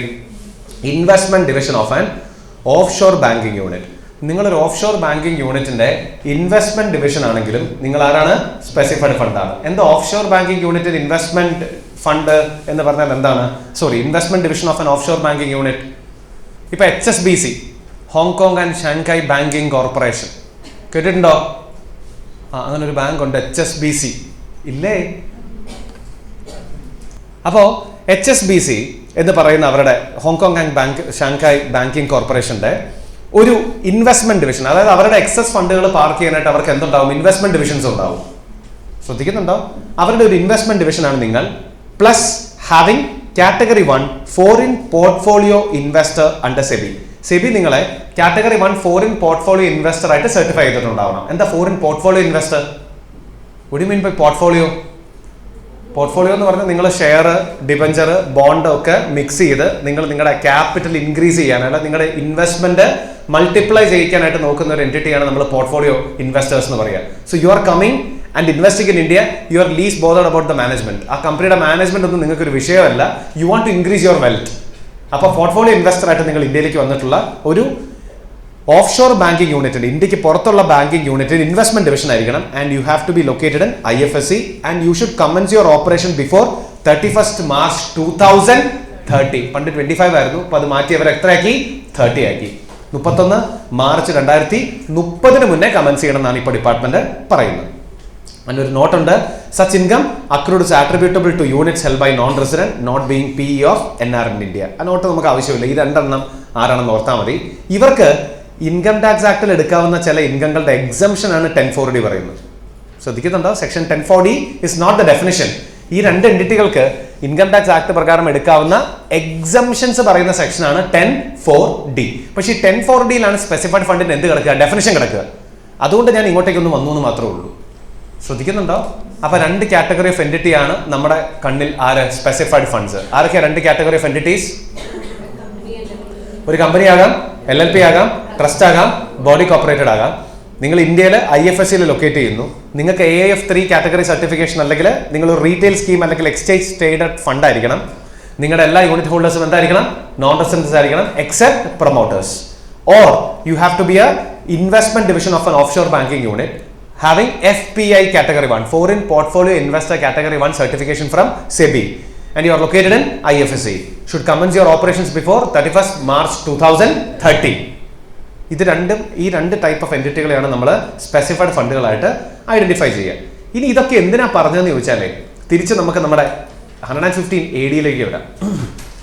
എന്താ 115 AD? നിങ്ങളൊരു ഫോറിൻ ഇൻസ്റ്റിറ്റ്യൂഷണൽ ഇൻവെസ്റ്റർ ആണ്, അല്ലെങ്കിൽ ഒരു സ്പെസിഫൈഡ് ഫണ്ട് ആണെങ്കിൽ നിങ്ങളുടെ ചില ഇൻകങ്ങൾക്ക് റേറ്റ് ഓഫ് ടാക്സ് എത്രയാണ് എന്ന് പറയുന്ന ടോപ്പിക്കാണ് 115 AD. ഒന്ന് ശ്രദ്ധിക്കുക. അതായത് ഇവിടെ നോക്കിയാൽ കാണാം, special provisions for computing tax on income of foreign institutional investors from securities or capital gain arising from the transfer. അതിൽ ഫസ്റ്റ് വൺ എന്താ? Income from securities. ഒരു ഫോറിൻ ഇൻസ്റ്റിറ്റ്യൂഷണൽ ഇൻവെസ്റ്റർക്ക് എന്ത് സെക്യൂരിറ്റി ഉണ്ടെന്ന് വിചാരിക്കുക, ഡിബഞ്ചറോ ബോണ്ടോ whatever securities they have, ആ സെക്യൂരിറ്റീസിന് അവർക്ക് എന്ത് ഇൻകം ഉണ്ടെങ്കിലും അതിന് FII ഏത് റേറ്റിലാണ് ടാക്സ് കൊടുക്കണ്ടേ? 20% റേറ്റിലാണ് ടാക്സ് കൊടുക്കുന്നത്. നിങ്ങൾ ആരാ? ഒരു ഫോറിൻ ഇൻസ്റ്റിറ്റ്യൂഷണൽ ഇൻവെസ്റ്റർ. നിങ്ങൾക്ക് എന്തുണ്ട്? നിങ്ങൾ സെക്യൂരിറ്റീസ് ഹോൾഡ് ചെയ്യുന്നുണ്ട്. അതിൽ നിന്ന് നിങ്ങൾക്ക് എന്തുണ്ട്? ഇൻട്രസ്റ്റോ ഡിവിഡൻഡോ whatever income that you have from securities that you hold, it is subjected to what rate friends? 20% rate of tax. ശ്രദ്ധിക്കുന്നുണ്ടോ? Likewise if you are a specified fund, ഏതാ രണ്ട് എൻറ്റിറ്റികൾ നമ്മൾ 1040 കണ്ട രണ്ട് എൻറ്റിറ്റികൾ, if they are holding securities and they are having any income from securities, then it will be taxable at what rate friends? 10% rate of tax. അപ്പൊ FII ആണെങ്കിൽ securities എന്നുള്ള ഇൻകത്തിന് 20%, നിങ്ങൾ സ്പെസിഫൈഡ് ഫണ്ട് ആണെന്നുണ്ടെങ്കിൽ സെക്യൂരിറ്റീസ് എന്നുള്ള ഇൻകങ്ങൾക്ക് നിങ്ങൾക്ക് 10% ആണ് റേറ്റ് ഓഫ് ടാക്സ്. ശ്രദ്ധിക്കുന്നുണ്ടോ? നോ, ഇതിനൊരു exception ഉണ്ട്. നിങ്ങൾ 115 AB ഒന്ന് എടുത്ത്, എ ബി നമ്മൾ തൊട്ട് മുന്നേ പഠിച്ച 115 AB. ഈ 115 AB ആർക്കുള്ള പ്രൊവിഷൻ ആയിരുന്നു? ഓവർസീസ് ഫിനാൻഷ്യൽ ഓർഗനൈസേഷനുള്ള പ്രൊവിഷൻ അല്ലായിരുന്നോ? എന്താ ഓവർസീസ് ഫിനാൻഷ്യൽ ഓർഗനൈസേഷൻ? ഇന്ത്യക്ക് പുറത്തുള്ള ഇന്ത്യയിലെ പബ്ലിക് സെക്ടർ ബാങ്കോ അല്ലെങ്കിൽ മ്യൂച്വൽ ഫണ്ടോ ഒക്കെ ആയിട്ട് ടൈപ്പ് ചെയ്ത് ഇന്ത്യയിലേക്ക് ഇൻവെസ്റ്റ്മെന്റിന് വരുന്ന എൻറ്റിറ്റികളെ അല്ലേ, ബാങ്കുകളല്ലേ, അല്ലെങ്കിൽ ഫിനാൻഷ്യൽ ഇൻസ്റ്റിറ്റ്യൂഷൻസിനല്ലേ നമ്മൾ ഓവർസീസ് ഫിനാൻഷ്യൽ ഇൻസ്റ്റിറ്റ്യൂഷൻ എന്ന് പറയാ അല്ലേ? നമ്മൾ ആ സ്പെസിഫൈഡ് ഫണ്ടിന്റെ രണ്ടാമത്തെ ആളാരായിരുന്നു? ഓഫ് ഷോർ ബാങ്കിങ് യൂണിറ്റ് എന്നല്ലേ പഠിച്ചത്. എന്താ ഓഫ് ഷോർ ബാങ്കിങ് യൂണിറ്റ്? ഇന്ത്യക്ക് പുറത്തുള്ള ഇന്ത്യയിലേക്ക് ഇൻവെസ്റ്റ്മെന്റിന് വരുന്ന ഫോറിൻ പോർട്ട്ഫോളിയോ 1 കാറ്റഗറി സർട്ടിഫിക്കേഷൻ ഉള്ള എൻറ്റിറ്റികളെ അല്ലേ നമ്മൾ ഓഫ് ഷോർ ബാങ്കിങ് യൂണിറ്റ് എന്ന് പറയാ അല്ലേ? അപ്പൊ നിങ്ങളൊരു ഓഫ് ഷോർ ബാങ്ക് ആണെങ്കിലേ വേണമെങ്കിൽ നിങ്ങൾ OFO എന്നും വിളിക്കാം, നിങ്ങൾ എന്തെന്നും വിളിക്കാം, നിങ്ങളെ സ്പെസിഫൈഡ് ഫണ്ട് എന്ന് വിളിക്കാം, if you having that FPI category 1 certification അല്ലേ? അപ്പൊ നിങ്ങളൊരു ഓഫ് ഷോർ ബാങ്ക് ആണ്. മ്യൂച്വൽ ഫണ്ട് എന്ന് പറയുന്ന ഒരു സെക്യൂരിറ്റി അല്ലേ? അല്ലേ? ഈ മ്യൂച്വൽ ഫണ്ടിന്റെ യൂണിറ്റിൽ നിന്ന് എന്തെങ്കിലും ഇൻകം ഉണ്ടെങ്കിൽ നിങ്ങൾ ഏത് സെക്ഷനാ ഫോളോ ചെയ്യേണ്ടേ? AD അല്ല, AB ആണ് ഫോളോ ചെയ്യേണ്ടതെന്നാണ് ഡിപ്പാർട്ട്മെന്റ് പറയുന്നത്. നോക്കി, income from mutual fund or UTI under section 115 AB shall be taxable at 10% for an OFO. ഇല്ല, വലിയ കാര്യമൊന്നുമില്ല. സ്പെസിഫൈഡ് ഫണ്ട് എന്ന് വിളിച്ചാലും 10% ആണ്, OFO എന്ന് വിളിച്ചാലും 10% ആണ്. എന്നാലും സെക്ഷൻ പറയുമ്പോൾ കുറച്ചുകൂടെ പ്രിസൈസ് ആയിട്ട് പറയുകയാണെങ്കിൽ 115 AB ആണ് വരിക, AD അല്ല വരിക. നിങ്ങൾ ഓവർസീസ് ഫിനാൻഷ്യൽ ഓർഗനൈസേഷൻ ആണ്, മ്യൂച്വൽ ഫണ്ടിൽ നിന്ന് നിങ്ങൾക്ക് ഇൻകം ഉണ്ടെന്നുണ്ടെങ്കിൽ it will be 115 AD not AB. അപ്പൊ തിരിച്ചു വരാൻ ടോപ്പിക്കിലേക്ക്. നമ്മൾ പറഞ്ഞുകൊണ്ടിരുന്നത് നിങ്ങൾ 2 എൻറ്റിറ്റികളാണ് എന്നാണെങ്കിലാണ് ഈ ഒരു പ്രൊവിഷൻ വരിക. ആരൊക്കെയാണ്? FII and specified fund. പറഞ്ഞത് എല്ലാവർക്കും ക്ലിയർ അല്ലേ? ശരി, ഇനി കഴിഞ്ഞിട്ടില്ല. ഈ സെക്യൂരിറ്റീസേ നിങ്ങൾ സെല്ല് ചെയ്യാണ്. ഈ സെക്യൂരിറ്റി നിങ്ങൾ എന്ത് ചെയ്യാണ്? സെല്ല് ചെയ്യാണ്. And you are having short term capital gain. Short term capital gain on transfer of such security. FII ആണെങ്കിലും സ്പെസിഫൈഡ് ഫണ്ട് ആണെങ്കിലും what is the rate of tax? Tell me friends, what is the rate of tax? 30%. നിങ്ങൾ FII ആണെങ്കിലും specified fund ആണെങ്കിലും ഈ securities transfer ചെയ്യുമ്പോൾ short term capital gain വന്നാൽ that is subject to 30%. Exception ഉണ്ട്. ഇത് listed ആയിട്ടുള്ള സെക്യൂരിറ്റീസ് ആണെങ്കിൽ 111 പ്രകാരം 20% റേറ്റിൽ വേണം നിങ്ങൾ എന്തടയ്ക്കാൻ? ടാക്സ് അടയ്ക്കാൻ. എന്താ ലിസ്റ്റഡ് സെക്യൂരിറ്റി? ലിസ്റ്റഡ് ആയിട്ടുള്ള ഇക്വിറ്റി ഓറിയന്റഡ് ഫണ്ടുകളുടെ യൂണിറ്റോ, ലിസ്റ്റഡ് ആയിട്ടുള്ള ബിസിനസ് ട്രസ്റ്റിന്റെ യൂണിറ്റോ, ലിസ്റ്റഡ് ആയിട്ടുള്ള ഷെയറുകളോ ആണ് നിങ്ങളുടെ സെക്യൂരിറ്റീസ് എങ്കിൽ അത് ട്രാൻസ്ഫർ ചെയ്യുമ്പോൾ വരുന്ന short term capital gain section 111 പ്രകാരം 20% റേറ്റിലാണ് നിങ്ങൾ എന്ത് കൊടുക്കേണ്ടത്? ഇൻകം ടാക്സ് കൊടുക്കേണ്ടത്. സോ അതാണ് നമ്മരോട് പറഞ്ഞിരിക്കുന്നത്. ലിസ്റ്റഡ് ഷെയറോ, listed unit of equity oriented ഫണ്ടോ, ലിസ്റ്റഡ് യൂണിറ്റ് ഓഫ് ബിസിനസ് ട്രസ്റ്റോ ആണെങ്കിൽ യു പേ ടാക്സ് 20% ഉണ്ട് 111A. പഴയ റേറ്റ് 15 ആയിരുന്നു, അത് അപ്ഡേറ്റ് ചെയ്ത് ഇപ്പൊ റേറ്റ് എത്രയാക്കി? 20 ആക്കി. ഓക്കെ, നൗ അടുത്തത് long term capital gain on transfer of securities by FII and specified fund. FII യും സ്പെസിഫൈഡ് ഫണ്ടും ഈ സെക്യൂരിറ്റീസ് ട്രാൻസ്ഫർ ചെയ്യുമ്പോൾ വരുന്നത് ലോങ് ടേം ക്യാപിറ്റൽ ഗെയിൻ ആണെങ്കിൽ what is the rate friends? 10%. ഈ റേറ്റ് 10%. ഇനി നിങ്ങളൊരു കാര്യം ശ്രദ്ധിച്ചാൽ കാണാം, ഇപ്പോൾ ഉള്ള എല്ലാ ലോങ് ടേം ക്യാപിറ്റൽ ഗെയിൻ്റെ റേറ്റും എത്രയാ? 12.5 ആണ് അല്ലേ? എക്സെപ്റ്റ് ദിസ്, ഇവൻ ഒഴികെ ബാക്കിയുള്ള എല്ലാ long term capital gain rate എന്ന് പറയുന്നത് എത്രയാണ്? 12.5 ആണ്. ഇവൻ മാത്രം ഇപ്പോഴും എത്രയിലാണ് കിടക്കുന്നത്? 10ലാണ് കിടക്കുന്നത്. ശ്രദ്ധിക്കുന്നുണ്ടോ? നൗ ഇതിനൊരു എക്സെപ്ഷൻ ഉണ്ട്. എന്താ exception? Long term capital gain ഉണ്ട് 112A. What is 112A? Listed ആയിട്ടുള്ള ഷെയറുകൾ, ലിസ്റ്റഡ് ആയിട്ടുള്ള ഇക്വിറ്റി ഓറിയന്റഡ് ഫണ്ടുകൾ, ലിസ്റ്റഡ് ആയിട്ടുള്ള യൂണിറ്റ്സ് ഓഫ് ബിസിനസ് ട്രസ്റ്റുകളാണ് നിങ്ങൾ ട്രാൻസ്ഫർ ചെയ്യുന്നതെങ്കിൽ it is 12.5% on income exceeding 1.25 lakhs. പണ്ട് ഇൻകം എക്സീഡിംഗ് 1 lakh 10% എന്നായിരുന്നു ആ റേറ്റ്. അത് മാറി ഇപ്പൊ അപ്ഡേറ്റ് ചെയ്ത് എത്രയാക്കി? 1,25,000 രൂപയുടെ മുകളിലോട്ടുള്ള ഇൻകത്തിന് 12.5%. നമ്മൾ ബേസിക് കോൺസെപ്റ്റിൽ ഒന്ന് പറഞ്ഞു പോയതല്ലേ ഇത്? Listed share or listed unit of equity oriented fund or listed unit of business trust. ഇനി വേറെ എന്തെങ്കിലും ഇൻകം ഇവർക്ക് ഉണ്ട് എന്നുണ്ടെങ്കിൽ that will be taxable at normal rates. വേറെ ഇൻകം ഒന്നും സാധാരണ വരാൻ പാടില്ല. ഇനി വല്ല ഇൻട്രസ്റ്റ് ഇൻകോ, വേറെ എന്തെങ്കിലും ഇൻകോ, വല്ല ബാങ്കിൽ നിന്ന് വല്ല ഇൻകോ ഒക്കെ ഉണ്ടെന്നുണ്ടെങ്കിൽ ലൈക്ക് FD ഇൻട്രസ്റ്റോ something like that, if they have any other income tax at normal rates. അവർ എന്ത് നോർമൽ റേറ്റ് ആണ് അവർക്ക് ആപ്ലിക്കബിൾ ആവുക, ആ റേറ്റ് പ്രകാരം അവർ എന്ത് കൊടുക്കണം? ടാക്സ് കൊടുക്കണം എന്നാണ് IT ഡിപ്പാർട്ട്മെന്റ് പറയുന്നത്. അപ്പൊ ഇതിന് എന്തെങ്കിലും റെസ്ട്രിക്ഷൻസ് ഉണ്ടോ എന്ന് ചോദിച്ചാൽ ഉണ്ട്. ദ റെസ്ട്രിക്ഷൻസ് എന്താ നിങ്ങൾക്ക് ഇവിടെ കാണാം. എക്സ്പെൻസുകൾക്ക് ഡിഡക്ഷൻ കിട്ടുമെന്നാണ് ആദ്യത്തെ ചോദ്യം. 28 തൊട്ട് 44C വരെയുള്ള എക്സ്പെൻസുകൾ അല്ലെങ്കിൽ 57ാം നമ്പർ സെക്ഷനിലുള്ള എക്സ്പെൻസുകൾക്കൊന്നും എന്ത് കിട്ടില്ല? ഡിഡക്ഷൻ കിട്ടില്ല. ഇൻകം ഫ്രം യൂണിറ്റ്സ് എന്നുള്ളതൊന്ന് വെട്ടിയിട്ട് ഇൻകം ഫ്രം സെക്യൂരിറ്റീസ് നാക്കണേ. ഇൻകം ഫ്രം സെക്യൂരിറ്റീസ് നാക്കണം. ആ ടേബിളിൽ ഒരു കറക്ഷൻ ഉണ്ട്. ഇൻകം ഫ്രം സെക്യൂരിറ്റീസ് നാക്കുക. യൂണിറ്റ്സ് ക്രോസ് ചെയ്തിട്ട് ഇൻകം ഫ്രം സെക്യൂരിറ്റീസ്. സെക്യൂരിറ്റീസ് എന്നുള്ള ഇൻകം കമ്പ്യൂട്ട് ചെയ്യുമ്പോൾ യാതൊരു എക്സ്പെൻസുകൾക്ക് നിങ്ങൾക്ക് എന്ത് കിട്ടില്ല? ഡിഡക്ഷൻ കിട്ടില്ല. ഇനി ലോങ് ടേം ക്യാപിറ്റൽ ഗെയിൻ അല്ലെങ്കിൽ short term capital gain claim ചെയ്യുമ്പോൾ direct expenses on transfer and cost of acquisition is allowable. നിങ്ങൾക്ക് ഷോർട്ട് ടേം ക്യാപിറ്റൽ ഗെയിനും ലോങ് ടേം ക്യാപിറ്റൽ ഗെയിനും കമ്പ്യൂട്ട് ചെയ്യുമ്പോൾ റെസ്ട്രിക്ഷൻ ഒന്നുമില്ല. ഡയറക്റ്റ് എക്സ്പെൻസസും കോസ്റ്റ് ഓഫ് അക്വിസിഷനും ഒക്കെ നിങ്ങൾക്ക് എന്ത് ചെയ്യാം? തീർച്ചയായിട്ടും കുറയ്ക്കാം. First proviso to section 48 allowable അല്ല. ഏതാ? കൺവേർഷൻ റീകൺവേർഷൻ ചെയ്യേണ്ട ആവശ്യം FIIസും നമ്മുടെ ആരാണ് സ്പെസിഫൈഡ് ഫണ്ട്സും ചെയ്യേണ്ട ആവശ്യം ഇല്ല. Second proviso to section 48 indexation benefit ഒട്ട് കിട്ടുകയും ഇല്ല. ചാപ്റ്റർ 6A റിഡക്ഷൻ രണ്ടിനും കിട്ടില്ല. ഈ ഇൻകം ഫ്രം സെക്യൂരിറ്റീസിന് അല്ലെങ്കിലും കൺവേർഷൻ റീകൺവേർഷനും ഇൻഡെക്സേഷനും ഇല്ല കേട്ടോ. അതുകൊണ്ടാണ് ഞാൻ നോട്ട് ആപ്ലിക്കബിൾ എന്ന് എഴുതിയിട്ട് ഒന്നും പറയാത്തത്. ചാപ്റ്റർ 6A റിഡക്ഷൻ രണ്ട് ഇനത്തിൽ നിന്ന് നിങ്ങൾ എന്ത് ചെയ്യാൻ പാടില്ല? ക്ലെയിം ചെയ്യാൻ പാടുമില്ല. And note number 1, where in case assessee ഇൻഡിവിജ്വലോ AOPയോ പിന്നെ ആരാണ് BOIയോ AGP ഒക്കെ ആണെന്നുണ്ടെങ്കിൽ under section 115AD enhanced surcharge rate of 25% and 37% is not applicable for a dividend income and capital gain referred under 115AD. എന്താ അത്? നമ്മുടെ സാധാരണ ഇൻഡിവിജ്വൽ HUF AOP BOI ഒക്കെ ആണെങ്കിലേ നിങ്ങളുടെ സർചാർജസ് എങ്ങനെയാണ്? 50 ലക്ഷത്തിന് മുകളിലേക്ക് 10%, 1 കോടിയുടെ മുകളിലേക്ക് 15%, 2 കോടിയുടെ മുകളിലേക്ക് 25%, 5 കോടിയുടെ മുകളിലേക്ക് 37% അല്ലേ according to the old scheme അല്ലേ? ആ enhanced surcharge rate of 25% and 37% is not applicable for the capital gain referred under 115 AD and dividend income. Dividend income നിന്നും capital gain നിന്നും enhanced surcharge rate 25% 37% applicable അല്ല. Basic കോൺസെപ്റ്റ്സിൽ നമ്മൾ ഇതുപോലൊരു സാധനം ചെയ്തായിരുന്നു, ഓർക്കുന്നുണ്ടോ? ഉണ്ടോ? Specified income and other income എന്നൊക്കെ പറഞ്ഞ് നമ്മൾ വലിയൊരു കഥ പഠിച്ചതല്ലേ? സെയിം ആ സെയിം സ്റ്റോറി ഇവിടെയും ആപ്ലിക്കബിൾ ആണ്. അവർക്ക് എൻഹാൻസ് സർചാർജ് റേറ്റസ് ഈ 115 AD പറയുന്ന ഇൻകങ്ങൾക്ക് എൻഹാൻസ് സർചാർജ് റേറ്റ് കൊടുക്കേണ്ട ആവശ്യം ഇല്ല. Maximum surcharge shall be 15%. ഇനിയിപ്പോൾ നിങ്ങൾ 115 BAC default tax rate BAC ആണ്. 115 BAC ഓപ്റ്റ് ചെയ്യുന്ന ആൾക്കാർക്കാണെങ്കിൽ 25% എന്ന് പറഞ്ഞ റേറ്റ് ആപ്ലിക്കബിൾ അല്ലാന്ന് പറയുന്നത്. അത് നമുക്ക് അസസ്മെന്റ് ഓഫ് ഇൻഡിവിജ്വൽ വരുമ്പോൾ പഠിക്കാം. അസസ്മെന്റ് ഓഫ് ഇൻഡിവിജ്വൽ എന്ന് പറഞ്ഞ ചാപ്റ്റർ വരുമ്പോൾ നമുക്ക് BAC പറ്റി ഡീറ്റെയിൽ ആയിട്ട് പഠിക്കാം. And note 3, in case of AOP consist only company as members. നിങ്ങളൊരു AOP ആണ്, നിങ്ങളുടെ എല്ലാ മെമ്പേഴ്സും കമ്പനി ആണെങ്കിൽ surcharge rate would be 10% and 15%. അവർക്ക് ആ 25-37 എന്നുള്ള റേറ്റ് എന്തല്ല ആപ്ലിക്കബിൾ അല്ല. ഇത് നമ്മൾ ബേസിക്സിൽ പറഞ്ഞതല്ലേ? ജസ്റ്റ് ഒന്ന് റിപ്പീറ്റ് ചെയ്തേ ഉള്ളൂ. വേറെ പുതിയതായിട്ട് not 1, 2, 3 is just a repetition of what we have learned in the basic concepts. അപ്പോൾ സിമ്പിൾ ആയിട്ട് പറഞ്ഞാൽ 115 AD ആർക്കൊക്കെയാണ് ആപ്ലിക്കബിൾ ആവുന്നത്? സ്പെസിഫൈഡ് ഫണ്ടുകൾക്കും ഫോറിൻ ഇൻസ്റ്റിറ്റ്യൂഷണൽ ഇൻവെസ്റ്റേഴ്സിനും. അവരുടെ income from securities will be subject to 20% FII, 10% specified fund. Short term capital gain on transfer of securities will be subject to 30% both. Long term capital gain will be subject to 10% both, subject to exceptions.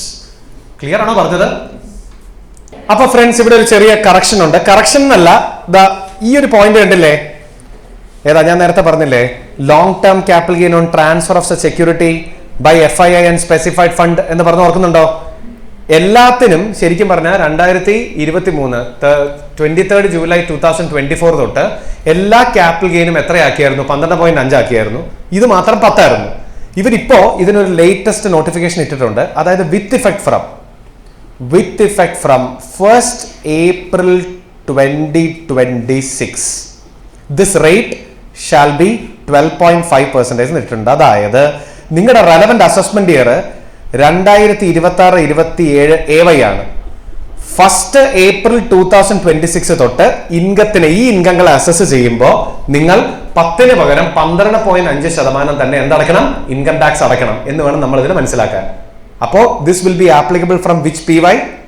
2025-26 PY. കാരണം 25-26 PYയുടെ income assessed ആകുന്നത് 1st April 2026 തൊട്ടിട്ടാണ്, 26-27 തൊട്ടിട്ടാണ്. ശ്രദ്ധിക്കുന്നുണ്ടോ? So effectively ഇത്രയേ ഉള്ളൂ. ഞാൻ പറഞ്ഞതിന്റെ സാരാംശം, this 10 cross ചെയ്തിട്ട് 12.5% എന്നാക്കുക. ഇതും ഇപ്പൊ 12.5 ആക്കിയിട്ടുണ്ട്. കാരണം ശരിക്കും പറഞ്ഞാൽ 2024 ബഡ്ജറ്റ് അവതരിപ്പിച്ചപ്പോൾ ജൂലൈയിലായിരുന്നു. അന്ന് ഇന്ററിം ബഡ്ജറ്റ് മറ്റേ ഇലക്ഷൻ ഉള്ള കാരണം ജൂലൈ സമയത്താണ് ആ ബഡ്ജറ്റ് വന്നത്. ആ ബഡ്ജറ്റിൽ നിർമ്മല സീതാരാമൻ ബഡ്ജറ്റ് സ്പീച്ച് നടത്തിയപ്പോൾ ക്യാപിറ്റൽ ഗെയിൻ എല്ലാം 12.5 ആക്കി, ലോങ് ടേം ക്യാപിറ്റൽ ഗെയിൻ്റെ എല്ലാ റേറ്റ് മാറ്റി ഞങ്ങൾ 12.5 ആക്കി എന്ന് പ്രസംഗത്തിൽ പറഞ്ഞതാണ്. പക്ഷേ ഈ ഒരു പെർട്ടിക്കുലർ 115 AD മാത്രം അപ്പോഴും ഇൻകം ടാക്സ് വെബ്സൈറ്റിൽ 10 ആയിരുന്നു. അപ്പൊ അത് വെബ്സൈറ്റിന്റെ മിസ്റ്റേക്ക് ആണോ അല്ലെങ്കിൽ അപ്ഡേറ്റഡ് ആവാൻ വിട്ടുപോയതാണോ എന്ന് പറഞ്ഞ് എല്ലാവരും കുറെ സ്പെക്കുലേഷൻസ് ഉണ്ടായിരുന്നു. വെബ്സൈറ്റിന്റെ മിസ്റ്റേക്ക് അല്ല, അവര് ഫിനാൻസ് ആക്ടിൽ അത് മാത്രം ഇൻക്രിമെന്റ് ചെയ്തില്ല എന്ന് പറഞ്ഞിട്ടായിരുന്നു അവസാനം കൺഫർമേഷൻ വന്നിരുന്നത്. അതിപ്പോ അവരിത് മാറ്റിയിട്ട് 1st April 2026 തൊട്ട് അസസ്മെന്റ് ചെയ്യുമ്പോൾ ഇതിനെയും 12.5 ആക്കണം എന്ന് പറഞ്ഞ് ഡിപ്പാർട്ട്മെന്റ് എന്ത് ചെയ്തിട്ടുണ്ട്? ഒരു അപ്ഡേഷൻ കൊണ്ടുവന്നിട്ടുണ്ട്. സോ നിങ്ങളുടെ പ്രീവിയസ് ഇയർ 25-26 തൊട്ട് ദിസ് 10 മാറ്റിയിട്ട് നിങ്ങളവിടെ 12.5% തന്നെയാണ് പഠിക്കേണ്ടത്. ഇപ്പൊ എളുപ്പമുണ്ട്. എല്ലാം അപ്പൊ എന്തായി? 12.5% ആയി. നേരത്തെ ഇത് മാത്രം 10 കിടക്കുന്ന ഒരു അവസ്ഥയായിരുന്നു. ഇപ്പൊ ഇതും 12.5% ആക്കിയിട്ടുണ്ട്. യെസ്. അപ്പൊ നമുക്ക് ഇതൊക്കെ വെച്ചിട്ട് അപ്പൊ ഇത് കറക്റ്റ് ചെയ്യാൻ മറക്കല്ല. ഈ 10 ക്രോസ് ചെയ്തിട്ട് 12.5 ആക്കുക. This is the latest rate. So അടുത്തത് നമുക്ക് പഠിക്കാനുള്ളത് വീണ്ടും ഫ്ലാറ്റ് റേറ്റ് തന്നെയാണ്. 115 BBA special provisions for computing tax on non resident sportsmen or sports association. നിങ്ങളൊരു നോൺ റെസിഡന്റ് സ്പോർട്സ്മെൻ ആണ് അല്ലെങ്കിൽ സ്പോർട്സ് അസോസിയേഷൻ ആണെങ്കിൽ നിങ്ങൾക്ക് ആപ്ലിക്കബിൾ ആയിട്ടുള്ള സ്പെഷ്യൽ പ്രൊവിഷൻസിനെ പറ്റിയാണ് നമ്മളിനി പഠിക്കാൻ പോകുന്നത്. സെക്ഷൻ 115 BBA എന്ന് പറയും. അതായത് ഇവരെന്താ പറയുന്നത്? ശ്രദ്ധിച്ചേ. ഇതിന്റെ ഹെഡിങ് തന്നെ തുടങ്ങാം. Special provision for computing tax on non resident sportsmen or sports association. ആരൊക്കെ ഇവിടുത്തെ eligible assessees? You have to be a sportsmen whose not a citizen of India as well as an NR. നിങ്ങളൊരു non resident ആയിരിക്കണം, Indian citizen ആവാൻ പാടില്ല. you have received any income for participation in India in any game or sport, that will be subject to 20% rate of tax. If you have an income from any advertisement, that is also subject to 20% rate of tax. If you have any income due to contribution of articles relating to any game or sport in India in newspapers, magazines or journals, that is also subject to 20% rate of tax. Simple example പറഞ്ഞാൽ ഇപ്പം നമ്മൾ IPL കളിക്കാൻ വരുന്ന players ഇല്ലേ, ഇപ്പോൾ Mitchell Starc, Australian fast bowler ആയിട്ടുള്ള Mitchell Starc എല്ലാ വർഷവും IPL കളിക്കാൻ വേണ്ടി ഇന്ത്യയിലേക്ക് വരുന്നു. ലാസ്റ്റ് ഇയർ വരെ എൻ്റെ ഓർമ്മ ശരിയാണെങ്കിൽ പുള്ളി ഏത് ടീമിലായിരുന്നു, പുള്ളി കൊൽക്കത്തയിലാണോ ഡൽഹിയിലായിരുന്നോ, ഐ എം നോട്ട് ഷുവർ. പുള്ളി ഫോർ എക്സാമ്പിൾ ഡൽഹിയിലായിരുന്നു തോന്നുന്നു അല്ലേ, ലാസ്റ്റ് IPL സീസണിൽ പുള്ളി ഡൽഹിയിലായിരുന്നാണ് എൻ്റെ ഓർമ്മ. പുള്ളി ഡൽഹിക്ക് വേണ്ടി കളിക്കാൻ ഇവിടെ വന്നു എന്ന് വിചാരിക്കാം. He came here for playing with Delhi. അപ്പൊ ഈ മിച്ചൽ സ്റ്റാർക്ക് ഒരു ഓസ്ട്രേലിയൻ ക്രിക്കറ്റ് പ്ലെയർ അല്ലേ? പുള്ളി ഇന്ത്യൻ സിറ്റിസൺ ആണോ? അല്ല. ഇന്ത്യൻ റെസിഡന്റ് ആണോ? അല്ല. പക്ഷെ പുള്ളി IPL കളിക്കാനായിട്ട് ഇന്ത്യയിലേക്ക് വരുന്നില്ല എല്ലാ കൊല്ലവും. അങ്ങനെ ഡൽഹി ഡെയർ ഡെവിൾസിന് വേണ്ടി പുള്ളി കളിക്കാനായിട്ട്, ഡൽഹി ക്യാപിറ്റൽസ് അല്ലേ, ഡെയർ ഡെവിൾസ് പഴയ പേരായിരുന്നു, ഡൽഹി ക്യാപിറ്റൽസിന് വേണ്ടി പുള്ളി കളിക്കാനായിട്ട് ഇന്ത്യയിലേക്ക് വരുന്നു. And the Delhi have to pay, ആ ഫ്രാഞ്ചൈസി പുള്ളിക്ക് ഒരു ഫീസ് കൊടുക്കണ്ടേ? ആ ഫീസ് പുള്ളി ഏൺ ചെയ്തത് ഇന്ത്യയിൽ വെച്ചിട്ടല്ലേ? അങ്ങനെയാണെങ്കിൽ he suppose to pay taxes in India for that fees. What is that amount? 20%. Basic tax ആയിട്ട് പുള്ളി 20% ആണ് എന്ത് കൊടുക്കേണ്ടത്? ടാക്സ് കൊടുക്കേണ്ടത്. അപ്പൊ നിങ്ങളൊരു non resident, non citizen, sportsman ആണ്, നിങ്ങൾ ഇന്ത്യയിൽ ഒരു മാച്ച് പാർട്ടിസിപ്പേറ്റ് ചെയ്ത് കാരണം നിങ്ങൾക്ക് എന്തെങ്കിലും വരുമാനം ഉണ്ട് എന്നുണ്ടെങ്കിൽ that is subject to what rate? 20% rate of tax. ശ്രദ്ധിക്കുന്നുണ്ടോ? ഇനിയിപ്പോ അല്ല, ലയണൽ മെസ്സി, നമ്മൾ കേരളത്തിലേക്ക് മെസ്സി വരും മെസ്സി വരും മെസ്സി വരും എന്ന് പറയുന്നുണ്ടായിരുന്നു. മെസ്സി വന്നു എന്ന് വിചാരിക്കുക. ഓക്കെ, ഇതുവരെ വന്നില്ല, ചിലപ്പോൾ വരുമായിരിക്കും. അപ്പൊ മെസ്സി വന്നു എന്ന് വിചാരിക്കുക. മെസ്സിക്ക് തിരിച്ചു പോകുമ്പോൾ ഷെയ്ക്ക് ഹാൻഡ് കൊടുത്ത് ടാറ്റ പറഞ്ഞു വിട്ടാൽ മതിയോ? ആ പോരെ, പൈസ കൊടുക്കണ്ടേ? മെസ്സി അത് ഏൺ ചെയ്ത് ഇന്ത്യയിൽ വന്നിട്ടല്ലേ? ആ പോകാൻ നേരത്ത് ഗവൺമെന്റ് പറയും ആ ടാക്സ് കൂടെ അടച്ചിട്ട് താൻ പോയാൽ മതി. വരുന്നിടം വരെ നമ്മൾ നാരായണ എന്ന് പറയും, പാലം കടന്ന് കഴിയുമ്പോൾ കൂരാണ എന്ന് പറയുന്ന പോലെ താൻ പോകുന്നതിന് മുമ്പേ ടാക്സ് അടച്ചിട്ട് പോയാൽ മതി മിസ്റ്റർ മെസ്സി എന്ന് ഒരു ദയയില്ലാതെ നമ്മൾ മൊത്തൂക്കി പറയും. എത്രയാണ് ടാക്സ്? ആ 20% ആണ്. ശ്രദ്ധിക്കുന്നുണ്ടോ? ഉണ്ടോ? അപ്പൊ നമ്മൾ പറഞ്ഞുകൊണ്ടിരുന്നത് മെസ്സിയുടെ കാര്യമാണ്. തിരിച്ച് ടോപ്പിക്കിലേക്ക് വന്നാൽ ഈ ഇപ്പം മിച്ചൽ സ്റ്റാർക്കിനെ പിടിക്കാം, അല്ലെങ്കിൽ മെസ്സി എന്തെങ്കിലും ആവട്ടെ. അപ്പൊ ഈ വരുന്ന സ്പോർട്സ്മാനെ സാധാരണ ഇന്ത്യയിലേക്ക് വരുമ്പോൾ പരസ്യങ്ങളിൽ അഭിനയിക്കാറുണ്ട് അല്ലെ? IPL കളിക്കാൻ വരുന്ന നമ്മുടെ ഫോറിൻ പ്ലേയേഴ്സ് ഇവിടുത്തെ പരസ്യങ്ങളിൽ അഭിനയിക്കാറില്ലേ? അവർക്ക് ആ പരസ്യത്തിന് അഭിനയിച്ച കാരണം എന്തെങ്കിലും റെമ്യൂണറേഷൻ കിട്ടിയിട്ടുണ്ടെങ്കിൽ that also subject to 20% rate of tax. ഇനി അതുപോലെ അവര് ഏതെങ്കിലും ന്യൂസ് പേപ്പറിലോ മാഗസിനിലോ ജേർണലിലോ സ്പോർട്സ് റിലേറ്റഡ് ആർട്ടിക്കിൾ എഴുതിയെന്ന് വിചാരിക്കാം. എന്തെഴുതി? Sports related article. അപ്പൊ നമ്മള് എന്താണ് സ്പോർട്സ് റിലേറ്റഡ് ആർട്ടിക്കിൾ എഴുതിയതിന് അവർക്കൊരു പേയ്മെന്റ് കിട്ടിയിട്ടുണ്ടെങ്കിൽ that also subject to what rate? 20%. ഏതാ കുട്ടിക്കാലത്തെ പറ്റി മറ്റേ മനോരമ എഴുതുന്നപ്പോഴത്തെ ആർട്ടിക്കിൾ അല്ല. ഏതാ കുട്ടിക്കാലത്തെ മിച്ചർ സ്റ്റാർക്ക് മുത്തശ്ശിയുടെ കയ്യും പിടിച്ച് കേരളത്തിൽ വന്നപ്പോൾ അന്നൊരു മാങ്ങ തിന്നിട്ടുണ്ടായിരുന്നു. ആ മാങ്ങയുടെ അണ്ടി കുഴിച്ചിട്ടപ്പോൾ ഇപ്പൊ അത് മെല്ലി മാവായി എന്ന് പറഞ്ഞ് മിച്ചർ സ്റ്റാർക്കിന്റെ ഫോട്ടോ വെട്ടിയൊടിച്ച് ഏതോ മാവിന്റെ അടി കൊണ്ട് വെച്ചിട്ട് അവന്മാര് പറയും ഇത് മിച്ചർ സ്റ്റാർക്ക് ചെറുപ്പത്തിൽ കുഴിച്ചിട്ട മാവാണ് എന്ന് പറഞ്ഞ് മറ്റേ നിങ്ങൾ സൺഡേ സപ്ലിമെന്റ് കണ്ടിട്ടില്ലേ? ഇമാതിരി നാടകീയത നിറഞ്ഞ കുറെ കഥകൾ കാണാം. നമ്മൾ ചിലതൊക്കെ വായിക്കുമ്പോൾ നമ്മൾ തന്നെ വിശ്വസിക്കും ഇങ്ങനെയൊക്കെ സംഭവിക്കുമോ എന്ന് നമ്മൾ തന്നെ വിശ്വസിക്കും. അമ്മാതിരി അവന്മാരുടെ ചില മസാല ചേർത്തിട്ടുള്ള കഥകളുണ്ട്. ആ കഥ എഴുതാനല്ല കേട്ടോ, അമ്മാതിരി മറ്റേ മാങ്ങാണ്ടി കുഴിച്ചിട്ട കഥയല്ല ഇത്. പ്രോപ്പർ സാധനമാണ്. നിങ്ങൾ പ്രോപ്പർ ആയിട്ട് സ്പോർട്സ് റിലേറ്റഡ് ആർട്ടിക്കിൾസ്, ഇപ്പൊ നമ്മൾ പറയാം എന്തൊക്കെ ഫിറ്റ്നസ് ആണ് അവർ നോക്കുന്നത്, അവരെന്തൊക്കെ എക്സസൈസസ് ചെയ്യുന്നുണ്ട്, അവരെന്തൊക്കെ പ്രാക്ടീസ് സെഷൻസ് എങ്ങനെയാണ്, നെറ്റ്സിൽ അവരെന്തൊക്കെ ചെയ്യുന്നുണ്ട്, അങ്ങനെ സ്പോർട്സ് റിലേറ്റഡ് ആർട്ടിക്കിൾസ് നിങ്ങൾ ന്യൂസ് പേപ്പറിലോ മാഗസിനിലോ ഒക്കെ എഴുതുന്നുണ്ട് എന്നുണ്ടെങ്കിൽ അത് റിലേറ്റഡ് ആയിട്ടുള്ള പേയ്മെന്റിന് 20% റേറ്റിൽ അവർ എന്ത് കൊടുക്കണം? ടാക്സ് കൊടുക്കണം. സോ ഓർത്ത് വെക്കുക, 3 കാര്യങ്ങളാണ് അവർ പറയുന്നത്. ഒന്നെന്താ? Participation in India in any game or sport. 2 advertisement. 3 നമ്മളെ contribution relating to news paper, contribution sports related article to news paper or magazine or journals. ഈ വരുമാനത്തിനൊക്കെ അവർ 20% റേറ്റിലാണ് എന്ത് കൊടുക്കേണ്ടത്? ഇൻകം ടാക്സ് കൊടുക്കേണ്ടത്. കഴിഞ്ഞിട്ടില്ല. You are being A non resident sports association or institution. എന്താ non resident sports institution? ഇപ്പോ BCCIയും cricket ഓസ്ട്രേലിയയും കൂടെ ഇന്ത്യയിൽ ഒരു എന്ത് വെച്ചു? ഒരു T20 സീരീസ് വെച്ചു എന്ന് വിചാരിക്കാം. ശ്രദ്ധിക്കുന്നുണ്ടോ? ക്രിക്കറ്റ് ഓസ്ട്രേലിയ എന്ന് പറയുന്നത് ഓസ്ട്രേലിയൻ ക്രിക്കറ്റ് അസോസിയേഷൻ അല്ലേ? ലവന്മാർ ഇന്ത്യയിലേക്ക് വെറുതെ വരുമോ? ഇല്ലല്ലോ. ആ സീരീസിൽ അവർക്ക് കിട്ടിയ ഒരു കളക്ഷന്റെ പെർസെന്റേജ് നമ്മൾ ക്രിക്കറ്റ് ഓസ്ട്രേലിയക്ക് കൊടുക്കണ്ടേ? So cricket Australia being A non resident association is earning income from playing matches in India അല്ലേ? They also have to pay taxes at what rate? 20%. അപ്പൊ അല്ലെങ്കിൽ Argentina football association if they are coming to Kerala വരുമായിരിക്കും. Okay, coming to Kerala അവർ വന്നാൽ അവർക്ക് നമ്മൾ payment കൊടുക്കണ്ടേ? വേണ്ടേ? ആ കൊടുക്കുന്ന പേയ്മെന്റിനും നമ്മൾ ഏത് റേറ്റിലാണ് ടാക്സ് കൊടുക്കുക? ഏത് റേറ്റിലാണ്? Argentina Football Association have to pay taxes for all the income that they have earned at what rate? 20%. Now, moving on to the next point. അടുത്ത എന്താ? Being an entertainer who is not a citizen of India and a non-resident includes any income from his performance in India. നമ്മുടെ ആനന്ദ് അംബാനി ഇല്ലേ, നമ്മുടെ അംബാനിയുടെ മോൻ അനന്ത് അംബാനിയുടെ കല്യാണത്തിന് ഈ റിഹാന പിന്നെ ആരാണ് ജസ്റ്റിൻ ബീബർ ഒക്കെ വന്നിട്ട് ഇവിടെ പെർഫോം ചെയ്തിട്ടുണ്ടായിരുന്നു അല്ലേ? They are entertainers, they are performing in India. For their performance they might have earned a lot of remuneration from Ambani family അല്ലെ? അംബാനി ഫാമിലി അവർക്ക് വലിയൊരു റെമ്യൂണറേഷൻ ഓഫർ ചെയ്തിട്ടുണ്ടാവും. So for that remuneration they need to pay taxes at what rate again? 20%. 20% റേറ്റിൽ തന്നെയാണ് അതിനും എന്ത് കൊടുക്കേണ്ടത്? Income tax കൊടുക്കേണ്ടത്. അപ്പൊ നിങ്ങളൊരു non resident non citizen entertainer ആണ്, നിങ്ങൾ ഇന്ത്യയിൽ നിങ്ങളുടെ പെർഫോമൻസിന് നിങ്ങൾക്ക് ഒരു ഇൻകം ഉണ്ടായിട്ടുണ്ട് എന്നുണ്ടെങ്കിൽ that also subject to what rate friends? 20% rate of tax. ഇനി അതിനിടയിൽ ഒരു നോട്ട് ഉണ്ട്. ഇവിടെ നമ്മൾ ബ്രാക്കറ്റിൽ ഒരു കാര്യം എഴുതിയിട്ടുണ്ടല്ലോ, participation in India in any game or sport എന്ന് എഴുതിക്കുന്നുണ്ടോ? അവിടെ ബ്രാക്കറ്റിൽ എന്താ എഴുതിക്കുന്നത്? Other than referred under 115 BB എന്ന് എഴുതിയിരിക്കുന്നുണ്ടല്ലേ? അതായത് ഇപ്പം ഒരു എക്സാമ്പിൾ പറഞ്ഞാൽ നമ്മുടെ മിച്ചൽ സ്റ്റാർക്ക് ഇന്ത്യയിലേക്ക് വന്നു, IPL കളിക്കുന്നതിൻ്റെ ഇടയ്ക്ക് പുള്ളി ഗോവയിൽ ഒരു കാസിനോയിൽ ഗാംബ്ലിങ്ങിന് പോയി. അവിടെ പുള്ളി വിന്നറായി എന്ന് വിചാരിക്കുക, പുള്ളിക്ക് 1 കോടി രൂപയുടെ ജാക്ക് പോട്ട് അടിച്ചു എന്ന് വിചാരിക്കുക. ശ്രദ്ധിക്കുന്നുണ്ടോ? ഈ ഗാംബ്ലിങ്ങിന് പോകുന്നത് ഒരു ഗെയിമാണെന്ന് ചോദിച്ചാൽ ഗെയിമാണ്, പക്ഷേ ആ വിന്നിങ് ക്യാഷിൽ ഇൻകം അല്ലേ? അത് 115 BBയിൽ 30% റേറ്റിൽ തന്നെ എന്താവും? ടാക്സ്ഡ് ആവും. അതിനെ ഒരു ഗെയിം എന്ന് വിളിച്ച് 115 BBയിൽ കൊണ്ടുവന്ന് 20% ഒരിക്കലും നിങ്ങൾക്ക് അടയ്ക്കാൻ പറ്റില്ല. അല്ലെങ്കിൽ മിച്ചർ സ്റ്റാർക്ക് ഒരു ലോട്ടറി എടുത്തു, പുള്ളിക്ക് ലോട്ടറി അടിച്ചു, അതിനെ ഒരിക്കലും ഒരു ഗെയിം എന്ന് വിളിക്കാൻ പാടില്ല. That all have to be taxed under section 115 BB as a casual income. ഈ സ്പോർട്സ് റിലേറ്റഡ് ഗെയിമാണ്, അതിനെ നമുക്ക് ഗെയിം എന്ന് വിളിക്കാം. അതിൽ നിന്നുള്ള വരുമാനത്തിന് 20% റേറ്റിൽ എന്ത് അടയ്ക്കാം? ടാക്സ് അടയ്ക്കാം. അല്ലാതെ പറ്റില്ല എന്നുള്ളതാണ് ഇതിനകത്ത് കാര്യം. ഓക്കെ ആണോ പറഞ്ഞത്?